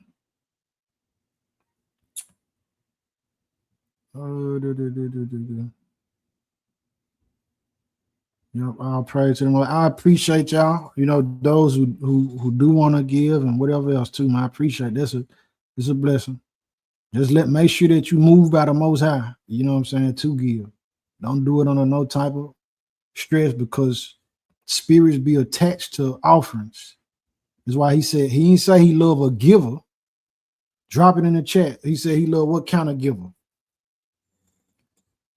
That's gonna answer the question. It matters the type. And so if it's some bad spirit attached to it, or evil intentions attached to it, I don't want it.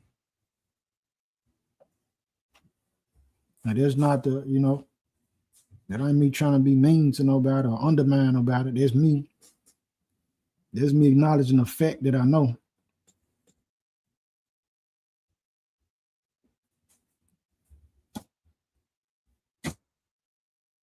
Obedience is better than sacrifice. Yes, indeed. Y'all take notes, because it'll time will come where, hey, you might not be able to do this. Might not be able to do this. You know what I'm saying? Really just stream like that and talk about it? Like, no. All praise to my enjoy the rest of your Sabbath too. Rest of y'all day. Those who checking out. Trying to get to all of what y'all saying over here before I close it, man. That's crazy. Yeah, I don't know. The net just came from nowhere. Cheerful. That's it. He love a cheerful giver. You know what I'm saying? Because you can give what he say grudgingly. All right, that ain't no real, you know what I'm saying, offering. It's not pure. But if you cheerful when you do it, you sincere, and that changed the whole act itself. Like that's what I said in that song. If the sacrifice is good, but intentions is wicked, then a deed altogether unacceptable. Read that in the Testament of Patriarchs. Yes, and I appreciate you, real ones, ours. So workman is worth his hire. Thank you. Yeah, cheerful give with a clean heart. Don't be like Cain. Definitely not. Man, that's true. We will go spend money on any and everything, but the people supporting our interests. That's facts. Exodus 6 and 9 says, and Moshe spoke thus to the children of Israel, but they did not listen to Moshe because of shortness of spirit and from hard slavery. Yep. And some people focus more on the obstacles and the pushback more than the power of deliverance. The answer itself is right there. He like, I got you, but you still holding on to, I can't believe them folks cross me out. You can't even receive this new blessing that the Father trying to pour out on you because you still thinking about what somebody did to you wrong, but he giving you the remedy to heal you from it right now. Well, your treasure is there where your heart be also. Yes, indeed. So if the person's main focus is on money, you sowing and you sowing something to your flesh, man. So my mind state is on, you know, if the Most High gonna bless me, he gonna bless me. I just want to try to do my part where he instructed me to teach, or rather the word heard was preach. So that's what I'm doing. We'll come with that, come with it. All right, so in the meanwhile, family, if y'all don't have no other question, comments, concern, or you think of one later, send the question to childrenoftheprophets144@gmail.com.